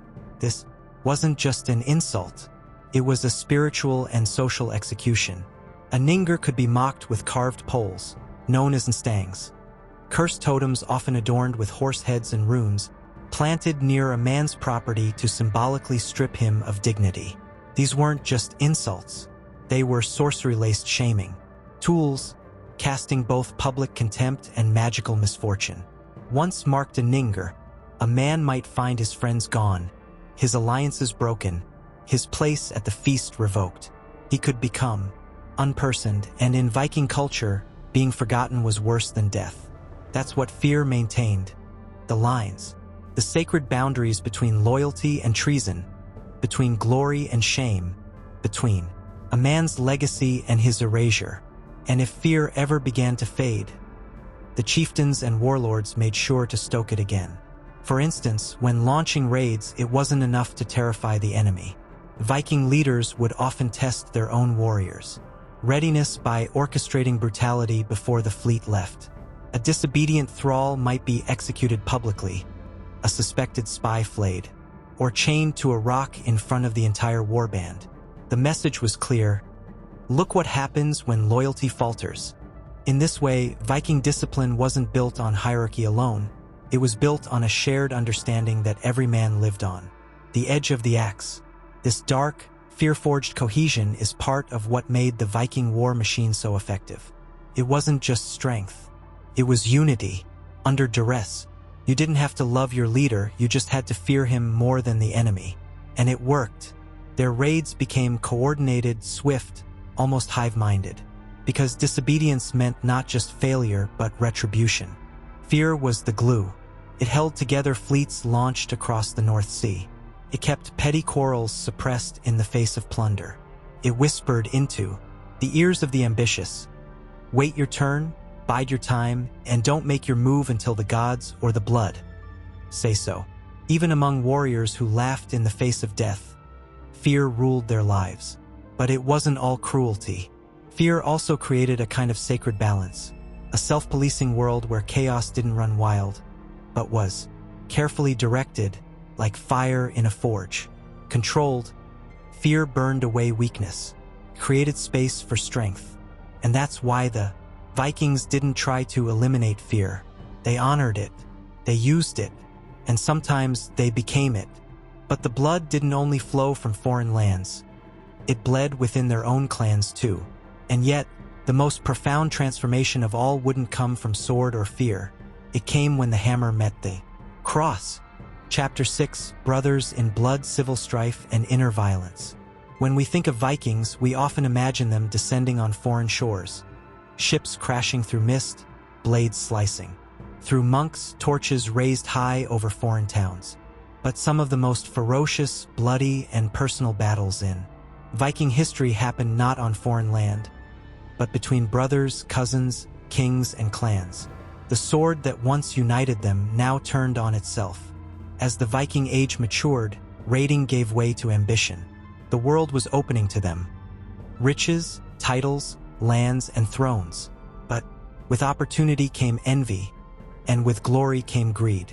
What had once been loose bands of warriors under warlords was now shaping into something closer to states, kingdoms. And to control a kingdom, you had to be willing to spill your own bloodline. Civil war, if you could even call it that, was a way of life in Scandinavia. One of the bloodiest family dramas in all of Viking history began with the legendary sons of Ragnar Lothbrok. Whether Ragnar was man or myth, what followed in his name was very real. After his supposed execution by being thrown into a pit of snakes by the Northumbrian king Aella, his sons Ivar the Boneless, Bjorn Ironside, Sigurd Snake in the Eye, Fitzurk, and Ubba led what would become known as the Great Heathen Army. Their initial cause was vengeance, but what began as a mission to avenge their father turned into a blood-soaked power grab across England and back home. And among them, Ivar the Boneless emerged as a figure both feared and studied centuries later, not for brute strength, but for strategic savagery. The boneless part of his name remains debated. Some say it referred to a disease or disability. Others believe it meant without fear, or snake-like.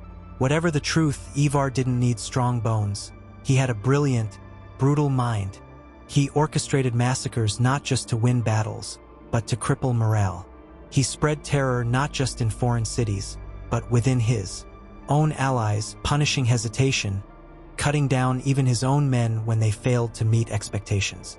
He didn't rule by love or loyalty. He ruled by fear and calculated cruelty. What made Ivar terrifying wasn't just that he killed. it was who he was willing to kill. He betrayed alliances.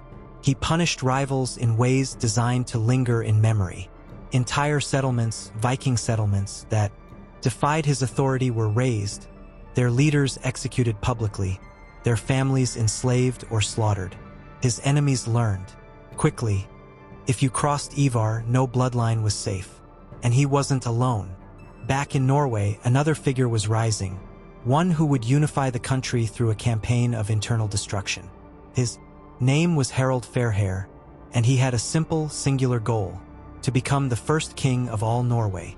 But Norway wasn't a country yet. It was a patchwork of fiercely independent chieftains, jarls, and minor kings, each ruling their own fjords and forests, each with their own followers, traditions, and blood feuds. To unite them, Harald had to crush them. One by one, Harald launched campaigns into rival territories. He didn't always slaughter them. Sometimes he offered terms. But when they refused, he made examples. Towns were burned. Hostages were taken. Jarls were executed. Their children either married into Harald's growing bloodline or disappeared. And even within his own family, conflict was constant. Brothers turned on brothers. Cousins schemed against uncles. Harald's own sons would later war with each other for succession.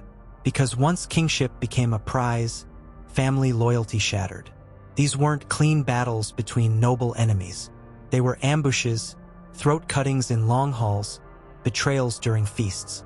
A man might smile and raise his cup at night, then gut you in the snow before dawn. The Vikings had no word for civil war in the way we understand it. They had something worse: feud or etfeuder blood, between kin that demanded vengeance. It didn't end with one death, passed from fathers to sons, like a sickness. And often it wasn't strangers who broke your body. It was someone who once called you brother. Stories echo of halls being stormed during winter, of guests murdered in the middle of meals, of entire households put to the sword because someone's cousin had insulted someone's grandfather a generation earlier. These weren't isolated incidents. They were the way power worked. Revenge wasn't just a tradition, it was a social expectation. If your kin was killed and you did nothing, you were seen as weak. The gods would turn from you. Your name would be smeared in song and saga. And so the killing continued, not always out of hate, but out of duty. Because once blood was spilled, it had to be answered. The sagas are soaked in these stories. Not tales of heroism in far-off lands, but domestic betrayals. Of wives poisoning husbands, of sons murdering their fathers for favor, of warriors setting fire to their own uncle's house while he slept. And in each case, the line between justice and vengeance blurred until no one even remembered who threw the first spear. Even religion couldn't temper the violence. Pagan beliefs encouraged vengeance. The gods themselves were creatures of betrayal and retaliation. Loki deceived Odin. Thor struck down giants who broke oaths. Honor was survival. But even with the creeping spread of Christianity, old ways persisted. Christian Vikings might build churches, then kill their rivals in the cellar. They might speak of Christ, and then feed poison to their cousin during the Yule feast. Because religion might have changed, but fear remained the currency. In Iceland, where blood feuds often took the form of legal duels or thing settlements, even the courts were weaponized. Legal disputes were resolved with witnesses, testimony, and often death. If the law failed you, you simply waited until your enemy left the protection of the court and then buried an axe in his back.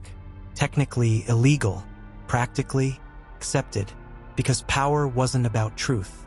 It was about who could kill and walk away.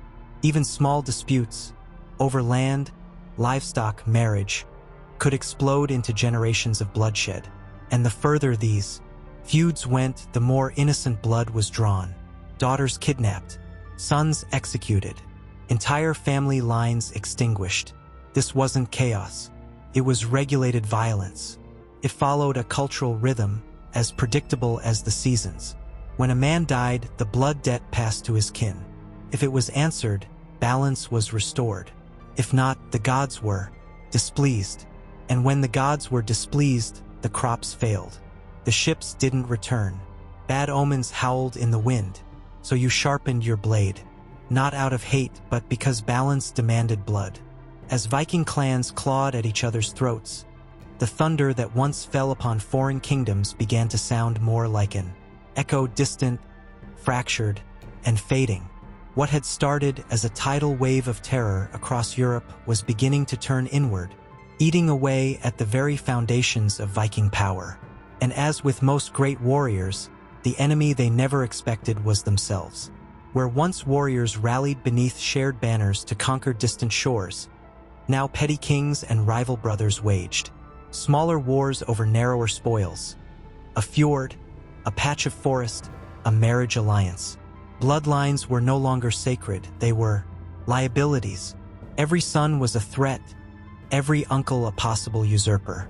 Inheritance became a gamble of steel rather than a right of birth. Take the chaos that followed the death of Harold Fairhair, for example. Harold had spent a lifetime crushing rivals and forging the first version of a unified Norway. But his death in the early 10th century didn't birth peace, it unleashed chaos. He had many sons, and rather than choosing one heir, he divided the kingdom among them. A gesture of fairness, perhaps, but in Viking culture, shared power was a death sentence. Brothers who once rode together now raised armies against each other. Towns were burned, alliances shattered.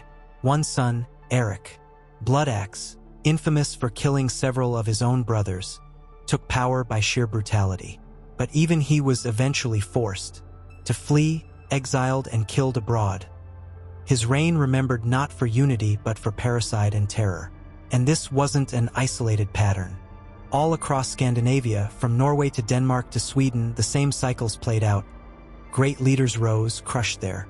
Rivals seized power, then left behind civil wars, assassinations, and dynasties devouring themselves. The Viking love of strength, when turned inward, became a cannibalistic spiral. Chieftains could not tolerate equals. Kings could not trust sons. Feasts became traps. Oaths became games of patience and deception. And nowhere was this more painfully obvious than in the halls of the Jarls. These weren't distant castles guarded by armies. A Jarl's hall was a breathing hive of warriors, kinsmen, shield maidens, and servants, a theater of politics. Power was always up for grabs. One whispered insult, one misinterpreted glance, one accusation of cowardice, and the entire hall could erupt in a massacre before the mead even ran dry. The sagas recount countless episodes where men were invited to feasts and then cut down before the first toast. A warm welcome, a friendly smile, and then a dagger beneath the ribs. It became a form of poetic cruelty to kill a man under the very roof that offered him shelter. In fact, there were specific terms in the Old Norse tongue for these kinds of betrayals. Spra, foster brothers, could become deadly rivals if loyalty cracked. Even blood oaths sworn over ritual objects could be broken if the political winds shifted. And once broken, they couldn't be repaired, only avenged. The paranoia ran so deep that leaders began sleeping in separate chambers, surrounded by loyal guards, sometimes even by their dogs or birds trained to alert them. Some warriors refused to attend feasts unless they brought their own armed retinues. Trust, once the glue of kinship, had decayed into a cautious calculus. And while the Norse were fracturing themselves from within, the outside world had not forgotten. The very kingdoms they had raided, burned, and humiliated, Francia, England, Ireland, and even the Slavs, had watched and waited. And now they saw opportunity. Where once Viking unity had made them unstoppable, Viking disunity had made them vulnerable. The great heathen army that once paralyzed England had long since splintered. Viking lords now ruled chunks of English soil, the Danelaw, but even here they were at war with each other as often as with the Saxons. Alfred the Great, King of Wessex, saw this flaw and capitalized. He didn't need to defeat all Vikings at once. He only needed to divide and wait. He struck alliances with some, brokered peace with others, and when the time was right, he struck hard. And it worked. By the mid-10th century, the Viking grip on England was beginning to slip. Not because they lacked warriors, but because Their warlords couldn't stop killing each other long enough to unite against the Saxons. The same pattern repeated in Ireland, where Viking settlements like Dublin became rich and then targets for rival Viking factions. Instead of fortifying their grip, they fell into endless cycles of feuding. Norse against Norse, Dane against Dane. The Irish kings, once helpless victims of Norse raids, began reclaiming land, aided by the simple fact that Vikings were too busy gutting each other. Even in the east, in what is now Russia and Ukraine, the Norsemen who established the early Rus principalities eventually turned inward. Brothers warred over Kiev, over Novgorod, over tribute routes. And the Slavic tribes they once dominated began to rise, resist, and reclaim. At every point where Viking power once peaked, its internal rot began to spread. And always the cause was the same: blood, feud, betrayal, and the lust for individual dominance. And yet, somehow, the violence still had its own logic. Viking society had always respected strength through blood, but now, it was bleeding out. Their greatest weakness wasn't their enemies. It was their inability to build something lasting. They had no central system of succession, no empire-wide legal codes, no unifying philosophy beyond war and honor. They built kingdoms not of stone, but of fear, and fear is fickle. When it turns inward, it consumes everything. Even their most sacred institutions, the Thing, Assembly, the Law Speaker, the Blots, became infected. Law Speaker positions became tools of manipulation. The Thing, once a sacred court, turned into a battlefield of bribery and veiled threats. People came not for justice, but for vengeance disguised as procedure. And as if that weren't enough, the outside pressure wasn't just from swords. It came with crosses. Christianity, once a fringe faith mocked by Norsemen as weak and passive, was now spreading like wildfire. Some Vikings converted for political reasons, others out of sincere belief. But with the cross came a new kind of order, a new way to mediate disputes, one that didn't demand death for every insult. This shift further deepened the divide between the old blood cults and the new converts. Pagan warriors still believed in Odin's eye and Thor's hammer. Christian ones carried relics and swore oaths on the Bible. And in some places, this ideological split erupted into violence, brother against brother, not just for gold or glory, but for gods. In essence, the Viking world had created a monster it could no longer control itself. What made them great? Their savagery, their independence, their obsession with personal honor, was now the storm tearing their own halls apart. And while the sagas would go on to immortalize their bravery, their feats, their longships and love of battle, the truth whispered beneath those verses was more tragic. The thing that killed the Viking world was the Viking world. And so, as the 10th century rolled into the 11th, the age of petty kings, heroic raids, and blood feuds began to dim. Not all at once, not everywhere, but the fire that once lit the coasts of Europe began to burn lower, and the final sparks would be snuffed out, not in triumph, but in quiet betrayal, in family murders, in broken oaths. Because when the blood keeps flowing, eventually, you run out of brothers. And as their kingdoms grew, so did their enemies, and their need to destroy. Chapter 7. Slavery, Rape, and Conquest. We've spent hours walking through the snow-covered halls of Norse glory. Their bravery, their tactics, their mythology, their gods. But if we stop here, we lie. Because behind the songs, beneath the carved dragon heads, and between the pages of saga, there's a truth so horrifying, most history books either whisper it or skip it altogether. The Vikings weren't just raiders. They were traffickers. They were slave masters. They were rapists. And this wasn't the work of a few bad apples or isolated incidents. It was systemic. It was celebrated. It was profitable. The Viking world thrived on the seizure, transportation, and sale of human lives, and not just for labor. It was about domination, status, and ritual. These weren't accidental captives of war. Slavery was part of the economy. And rape? It wasn't even seen as a crime. Not by the raiders, not in the sagas, and not in the law codes. It was quite literally part of the plan.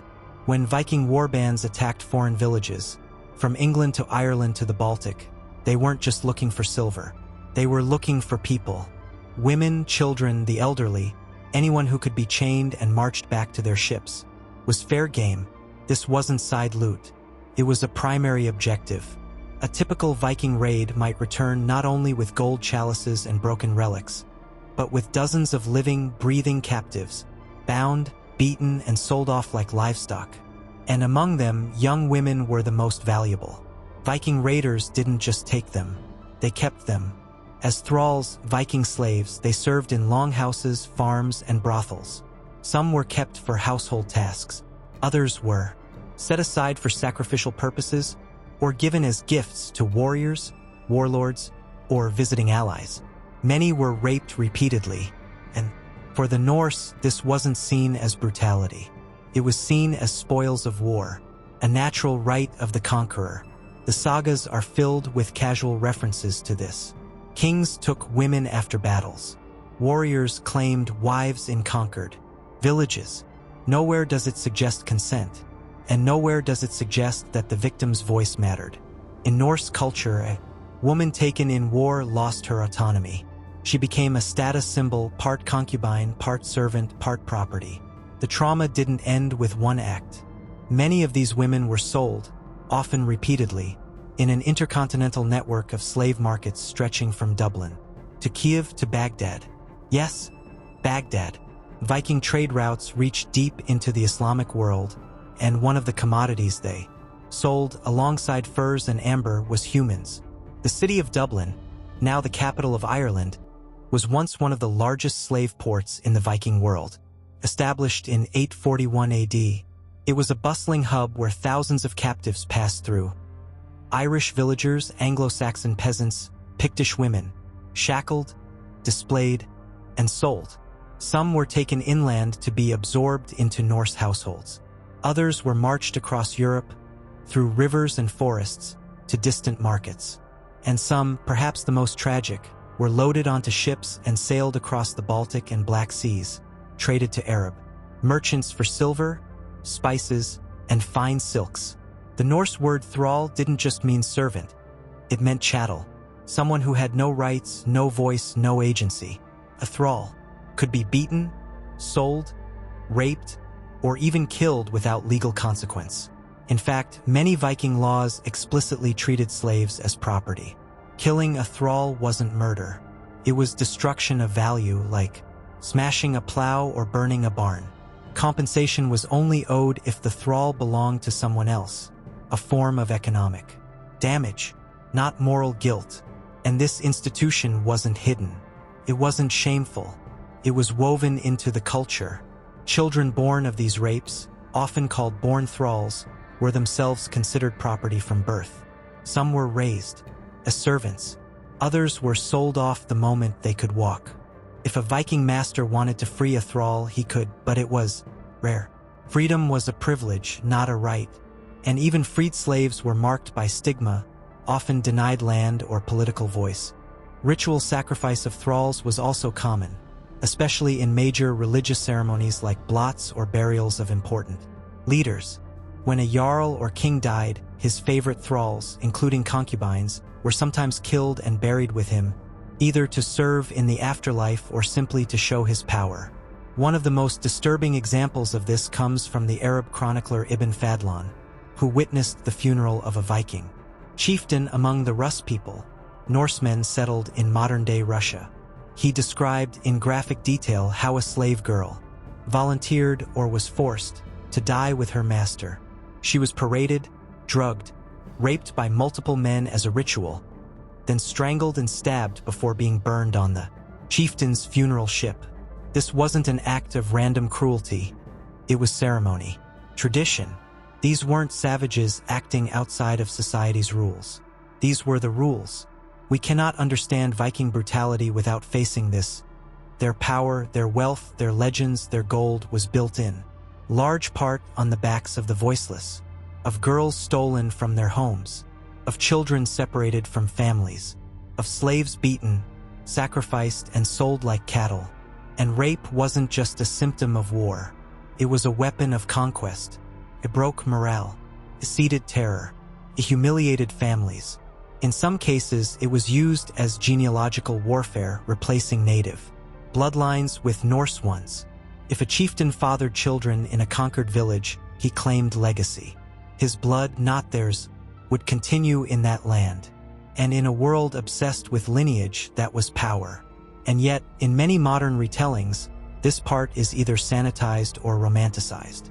We hear about shield maidens and strong women, and yes, they existed, but they were exceptions, not the rule. The average woman in Viking raids was not a warrior. She was a victim. Her story wasn't sung. It was silenced. Even the much-praised Viking laws, praised for their early parliaments, their community-based legal assemblies, were built for free men, not for women, not for thralls, and not for the enslaved. Some might argue, it was a different time, and that's true. The medieval world was violent everywhere, but that doesn't erase the horror or make it less central to who the Vikings were. If anything, it makes their legacy more complete, because for every gleaming axe raised in glory, there were 100 wrists bound in rope. For every silver coin earned in battle, there was a child sold behind a market stall. For every saga told beside the hearth, there were entire villages burned, their people never heard from again. This is not a story to shock. It is a story to remember, because the bloodline of empire, any empire, is rarely clean. The Vikings weren't uniquely evil, but they were unapologetic in their use of fear, rape, and slavery to get what they wanted. And for a time, it worked. The Viking slave economy didn't vanish overnight. Even as the raids slowed and the great empires of Europe pushed back, the trade in human lives continued, sometimes more quietly, but just as ruthlessly. The names changed, the methods shifted, but the demand never stopped. Dublin remained a thriving slave market well into the 11th century. Merchants would gather near the river Liffey, where thralls were inspected like livestock, eyes checked for clarity, limbs for strength, skin for blemishes. Children were valued for how easy they'd be to train or mold. Women were often priced according to appearance, and left unsaid their ability to bear children for their masters, not just servants, not just victims, currency. And as Viking networks stretched across Europe and into Asia, the slave trade took on more organized forms. This wasn't chaos anymore, this was infrastructure. In the east, the Norse-controlled cities of Novgorod and Kiev became major trafficking centers. These were not wild borderlands. They were planned, fortified cities with rulers, treasuries, customs officials, and slave pens. Arab merchants arrived by river, bringing silver and exotic goods. In return, they left with furs, amber, and slaves, mostly Slavic and Baltic peoples. This is where the word slave even comes from, Slav, as in the ethnic group that was most commonly trafficked. And it wasn't just men. Viking elites sent beautiful Slavic women to distant courts, to Baghdad, to Constantinople, sometimes even to North Africa. These weren't just concubines. Some became gifts to secure alliances or symbols of submission. They were human chess, pieces moved across a map of power. But while the system grew more refined, it was also more vulnerable. The same Christian kingdoms that the Vikings had once terrorized were now rising, with greater unity, better fortifications, and, most importantly, a moral counter-narrative. Christianity wasn't pure, nor was it entirely against slavery. The church itself owned slaves in many places, but its message of spiritual equality threatened the Norse worldview. If all souls were equal before God, what did that mean for the old social hierarchies? For the right of a warlord to buy, sell, and sacrifice human lives. As Christian converts increased among the Norse, attitudes began to shift. Not immediately and not uniformly, but enough to create friction. In Christianized regions, the idea of enslaving a fellow Christian was increasingly taboo. This split the market. Traders had to look farther afield, targeting pagans, foreigners, or those who could be legally enslaved without risking divine wrath. Became a dance of semantics, a search for moral loopholes. Meanwhile, inside the Norse lands themselves, legal reforms began to emerge, slowly limiting the rights of slave owners. In Iceland, early Christian law codes began to include provisions for manumission, the freeing of thralls. In Norway, Christian kings banned certain forms of ritual sacrifice, including the killing of thralls during funerals. But this didn't come from compassion. It came from political evolution. The Norse weren't softening. They were adapting. Consolidated power required order and chaos, especially the chaos of vengeance, rape, and personal slavery, began to be seen as a threat to royal authority. Rulers like Olaf Tryggvason and Olaf Haraldsson, later Saint Olaf, didn't abolish slavery, but they did restrict it. And more importantly, they rebranded the Norse image, not as raiders but as Christian kings. That meant rewriting some of their history. And this is where the most dangerous part begins. Not the violence itself, but the forgetting. As Scandinavia Christianized, the brutality of its past didn't vanish. It was scrubbed clean. Sagas were recompiled. Laws were rewritten. The brutality of rape, slavery, and ritual sacrifice wasn't always denied. It was normalized, romanticized, or euphemized. The rape of women became marriages taken in war. Slaves became servants. Mass kidnappings were cast as spoils of conquest.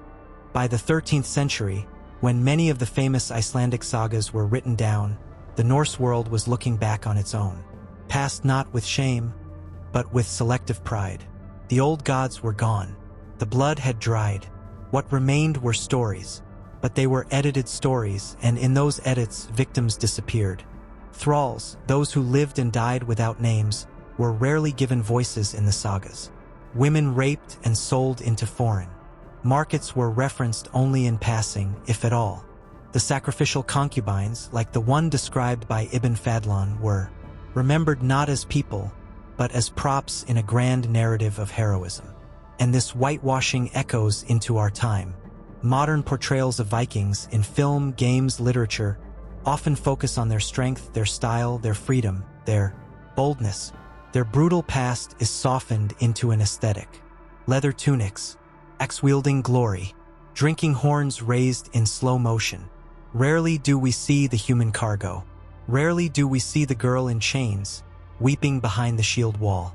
Rarely do we hear the silent language of the enslaved. And yet, if we're going to tell Viking stories, if we're going to invoke their names and wear their symbols, we must be honest about the blood on those artifacts. Because for every saga about kings and warriors, there were 100,000 stories never told. Stories of mothers who never saw their children again, of children raised without names, of entire communities shattered not just by death, but by survival. And survival in the Viking world was not always a blessing. Imagine being a 12-year-old girl captured in a Baltic village. You're marched for weeks in the cold, chained to strangers, given only scraps to eat. You don't speak their language. You're displayed naked in a market in Hedeby or Novgorod. Men touch your skin. They haggle over your price like an animal. One buys you. You serve him until you die. That was reality, not for hundreds but for hundreds of thousands. And this reality wasn't unique to the Vikings. Every major empire trafficked in human beings. The Romans, the Arabs, the Byzantines, the British. But what makes the Viking example so striking is how disconnected modern culture is from this truth. We praise their ships, their bravery, their mythos, but rarely do we ask, at what cost? This chapter isn't meant to shame, but to balance, to complete the picture. The Viking Age was remarkable in its scale, in its movement, in its influence, but it was also remarkable in its brutality and its ability to normalize cruelty on a cultural scale. So when you see a Norse pendant in a gift shop, when you hear a battle chant in a video game soundtrack, when you name your dog Odin, or wear a wolf on your shirt, just remember that these were real people, and their legacy isn't just one of fire and glory. It's one of chains, of women stolen and forgotten, of children sold into silence. History has tried to polish their legend, but the blood, it never washed off. History tried to polish their legend, but the blood never washed off. Chapter 8: The Legacy of Violence.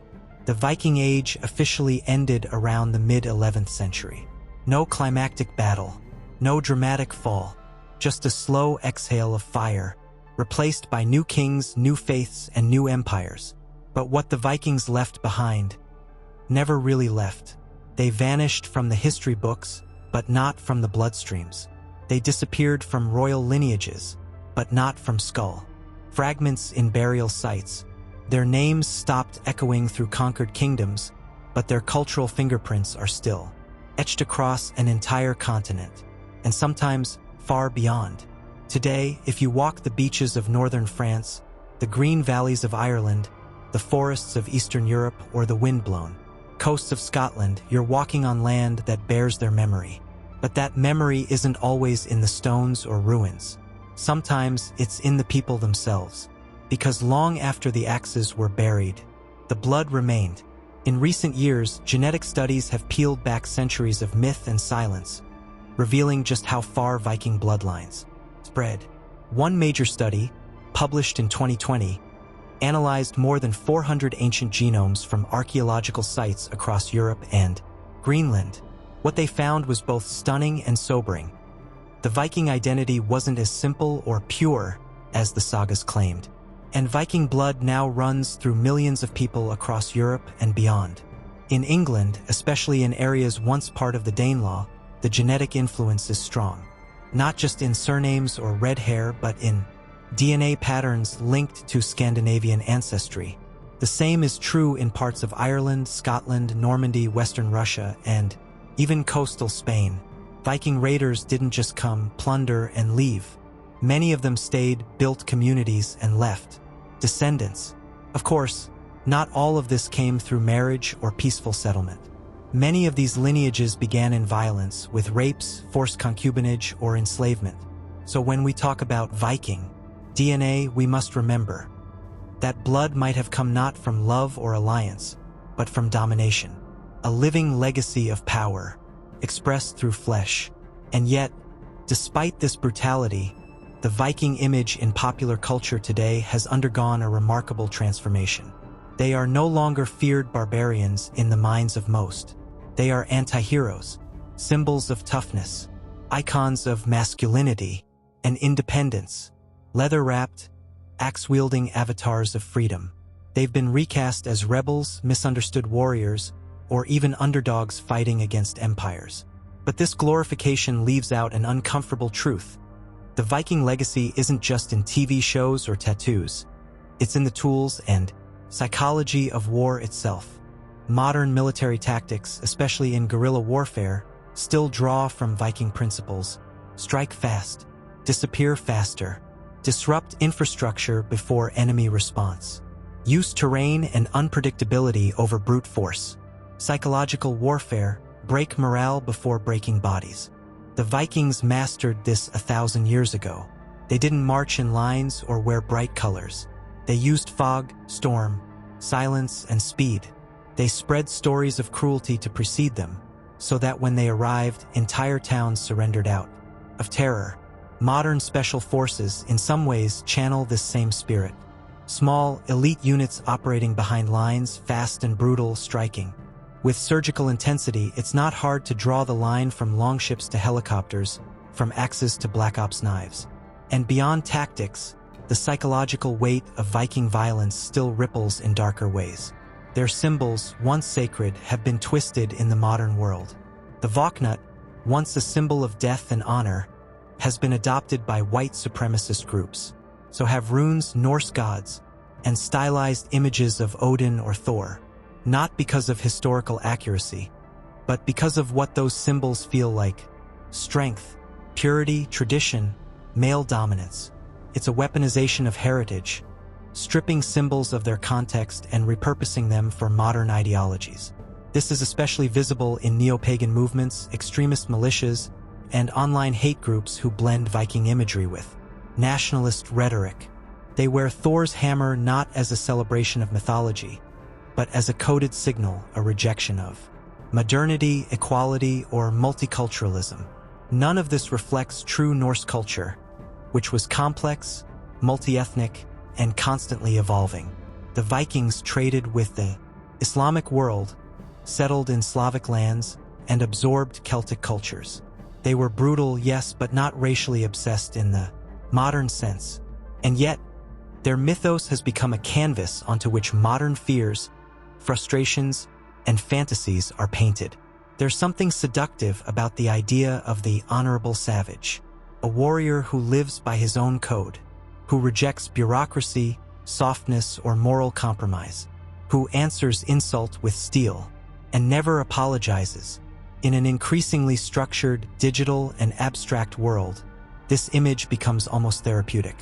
We imagine a time when men were men, when battles were face-to-face, and when the world had clear lines. Life, death, loyalty, betrayal. The problem is, it's a lie. The Viking world wasn't clean. It wasn't noble. It was filled with contradictions, betrayals, cowardice, politics, and cowardly violence just like ours. But the myth persists because it offers escape. Escape from weakness. Escape from moral grayness. Escape from the anxiety of modern life. And myths like that are dangerous because they make violence feel righteous. They make brutality feel sacred. This is how history becomes a mirror, not just a record. We look into the Viking past and see not them, but ourselves. Our fears, our fantasies, our unspoken cravings for power, clarity, and vengeance. Because maybe deep down, we're not fascinated with Vikings because they're different, but because they remind us of something primal we try to bury. The myth of the Viking is not just ancient history. It was carefully revived. In the 19th century, during the rise of nationalism across Europe, Vikings were rebranded not as raiders and slavers, but as noble ancestors. Scandinavian countries like Norway, Denmark, and Sweden, seeking cultural identity and historical pride, began to resurrect Viking imagery as a symbol of strength, freedom, and ancient sovereignty. Romantic poets, artists, and scholars polished the old stories. Axes were lifted high in oil paintings.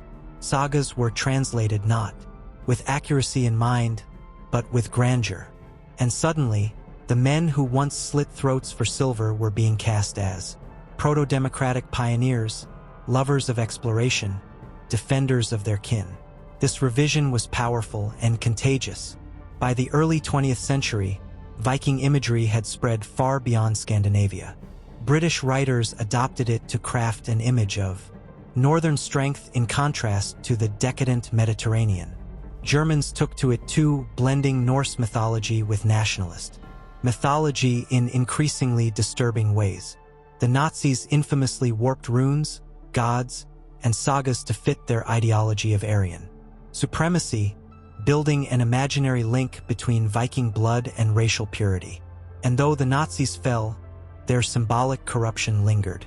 In the decades that followed, far-right groups across Europe and the US continued to use Viking-era symbology as a dog whistle, a signal to their ideals without needing to say the quiet part aloud. Even today, groups like the Soldiers of Odin, Votanjugend, and others invoke Norse names, gods, or runes not out of reverence for the culture, but as totems of tribalism and dominance. In their hands, the Viking legacy is not history. It is a fantasy of violence with a moral excuse. But this abuse doesn't erase the truth. It demands we reclaim it, and historians are trying. In recent decades, scholarship has shifted dramatically.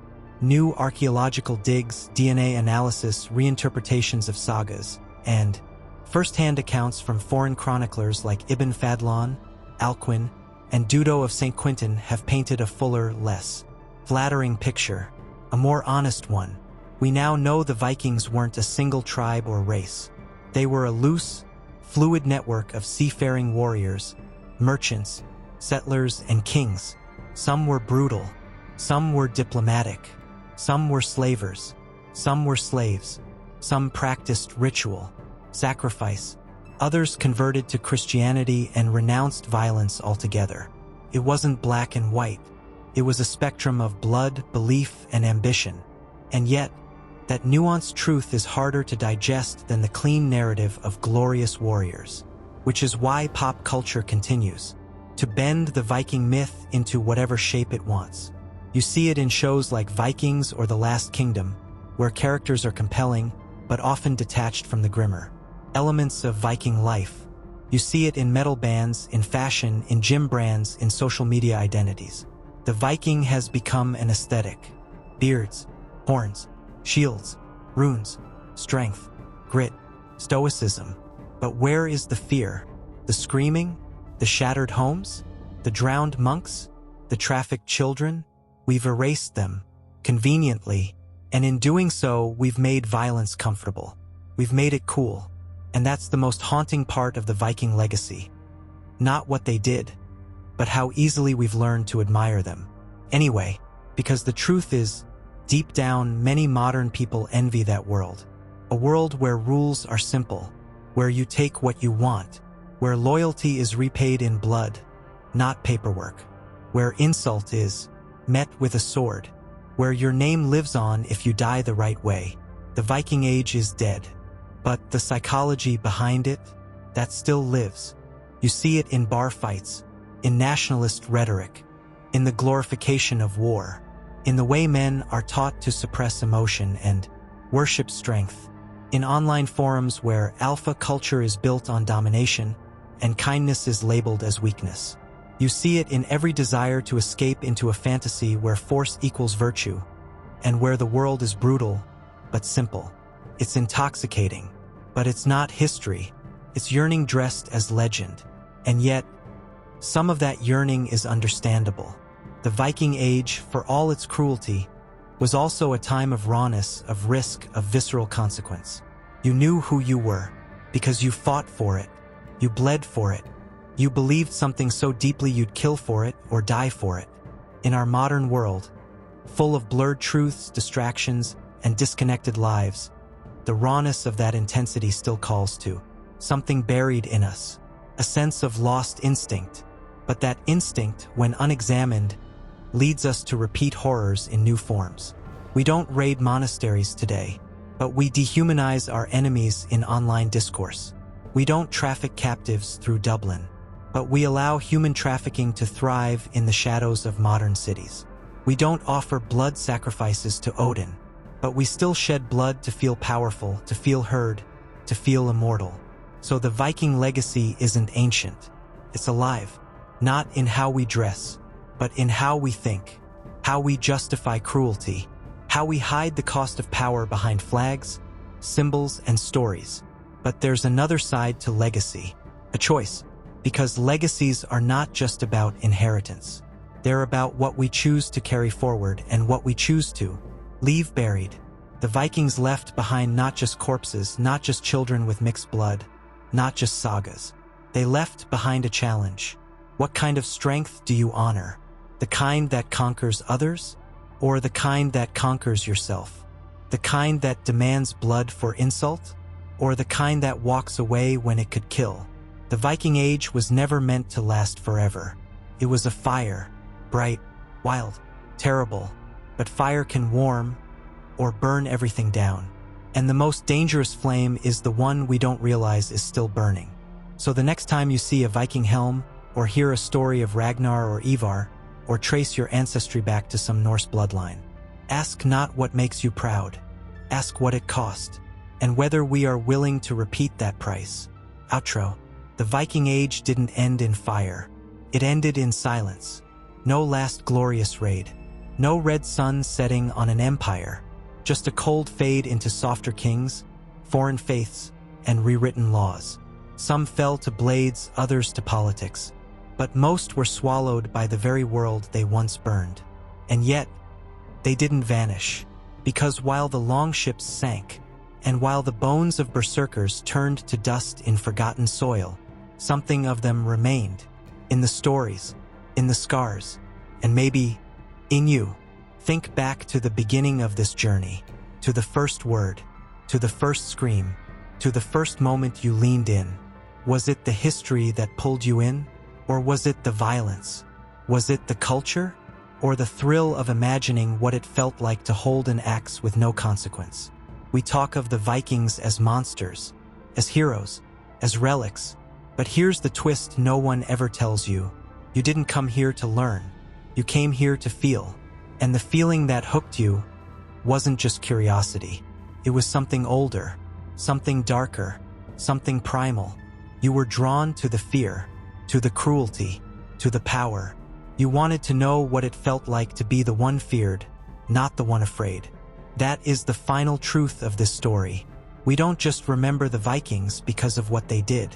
We remember them because part of us wishes we could do it too, without guilt, without judgment, without consequences. They lived in a world where pain was currency, where dominance was law, where death was not the end, but a path to immortality. And maybe that fantasy hasn't really died. Maybe it just changed masks, because every time we glorify strength without mercy, every time we wear symbols we don't understand, every time we cheer for violence packaged as honor, we sharpen their axes again, in our minds, in our art, in our history books. And deep down, we don't fear them because they were brutal. We fear them because we recognize the shadow they cast in us. So ask yourself this: were they the last of their kind, or the first of ours? Did we bury the Viking spirit, or just find new ways to wear it? It's easy to point to the past and call it savage. It's harder to admit what we still carry forward. And so, as this story ends, let's not just look backward with awe or horror. Let's look inward with honesty, because the Vikings may be gone, but the fire, the rage, the need to conquer, to dominate, to be remembered through fear, that's not buried in some icy grave, just waiting in our blood. And it's up to you, whether you leave it sleeping or wake it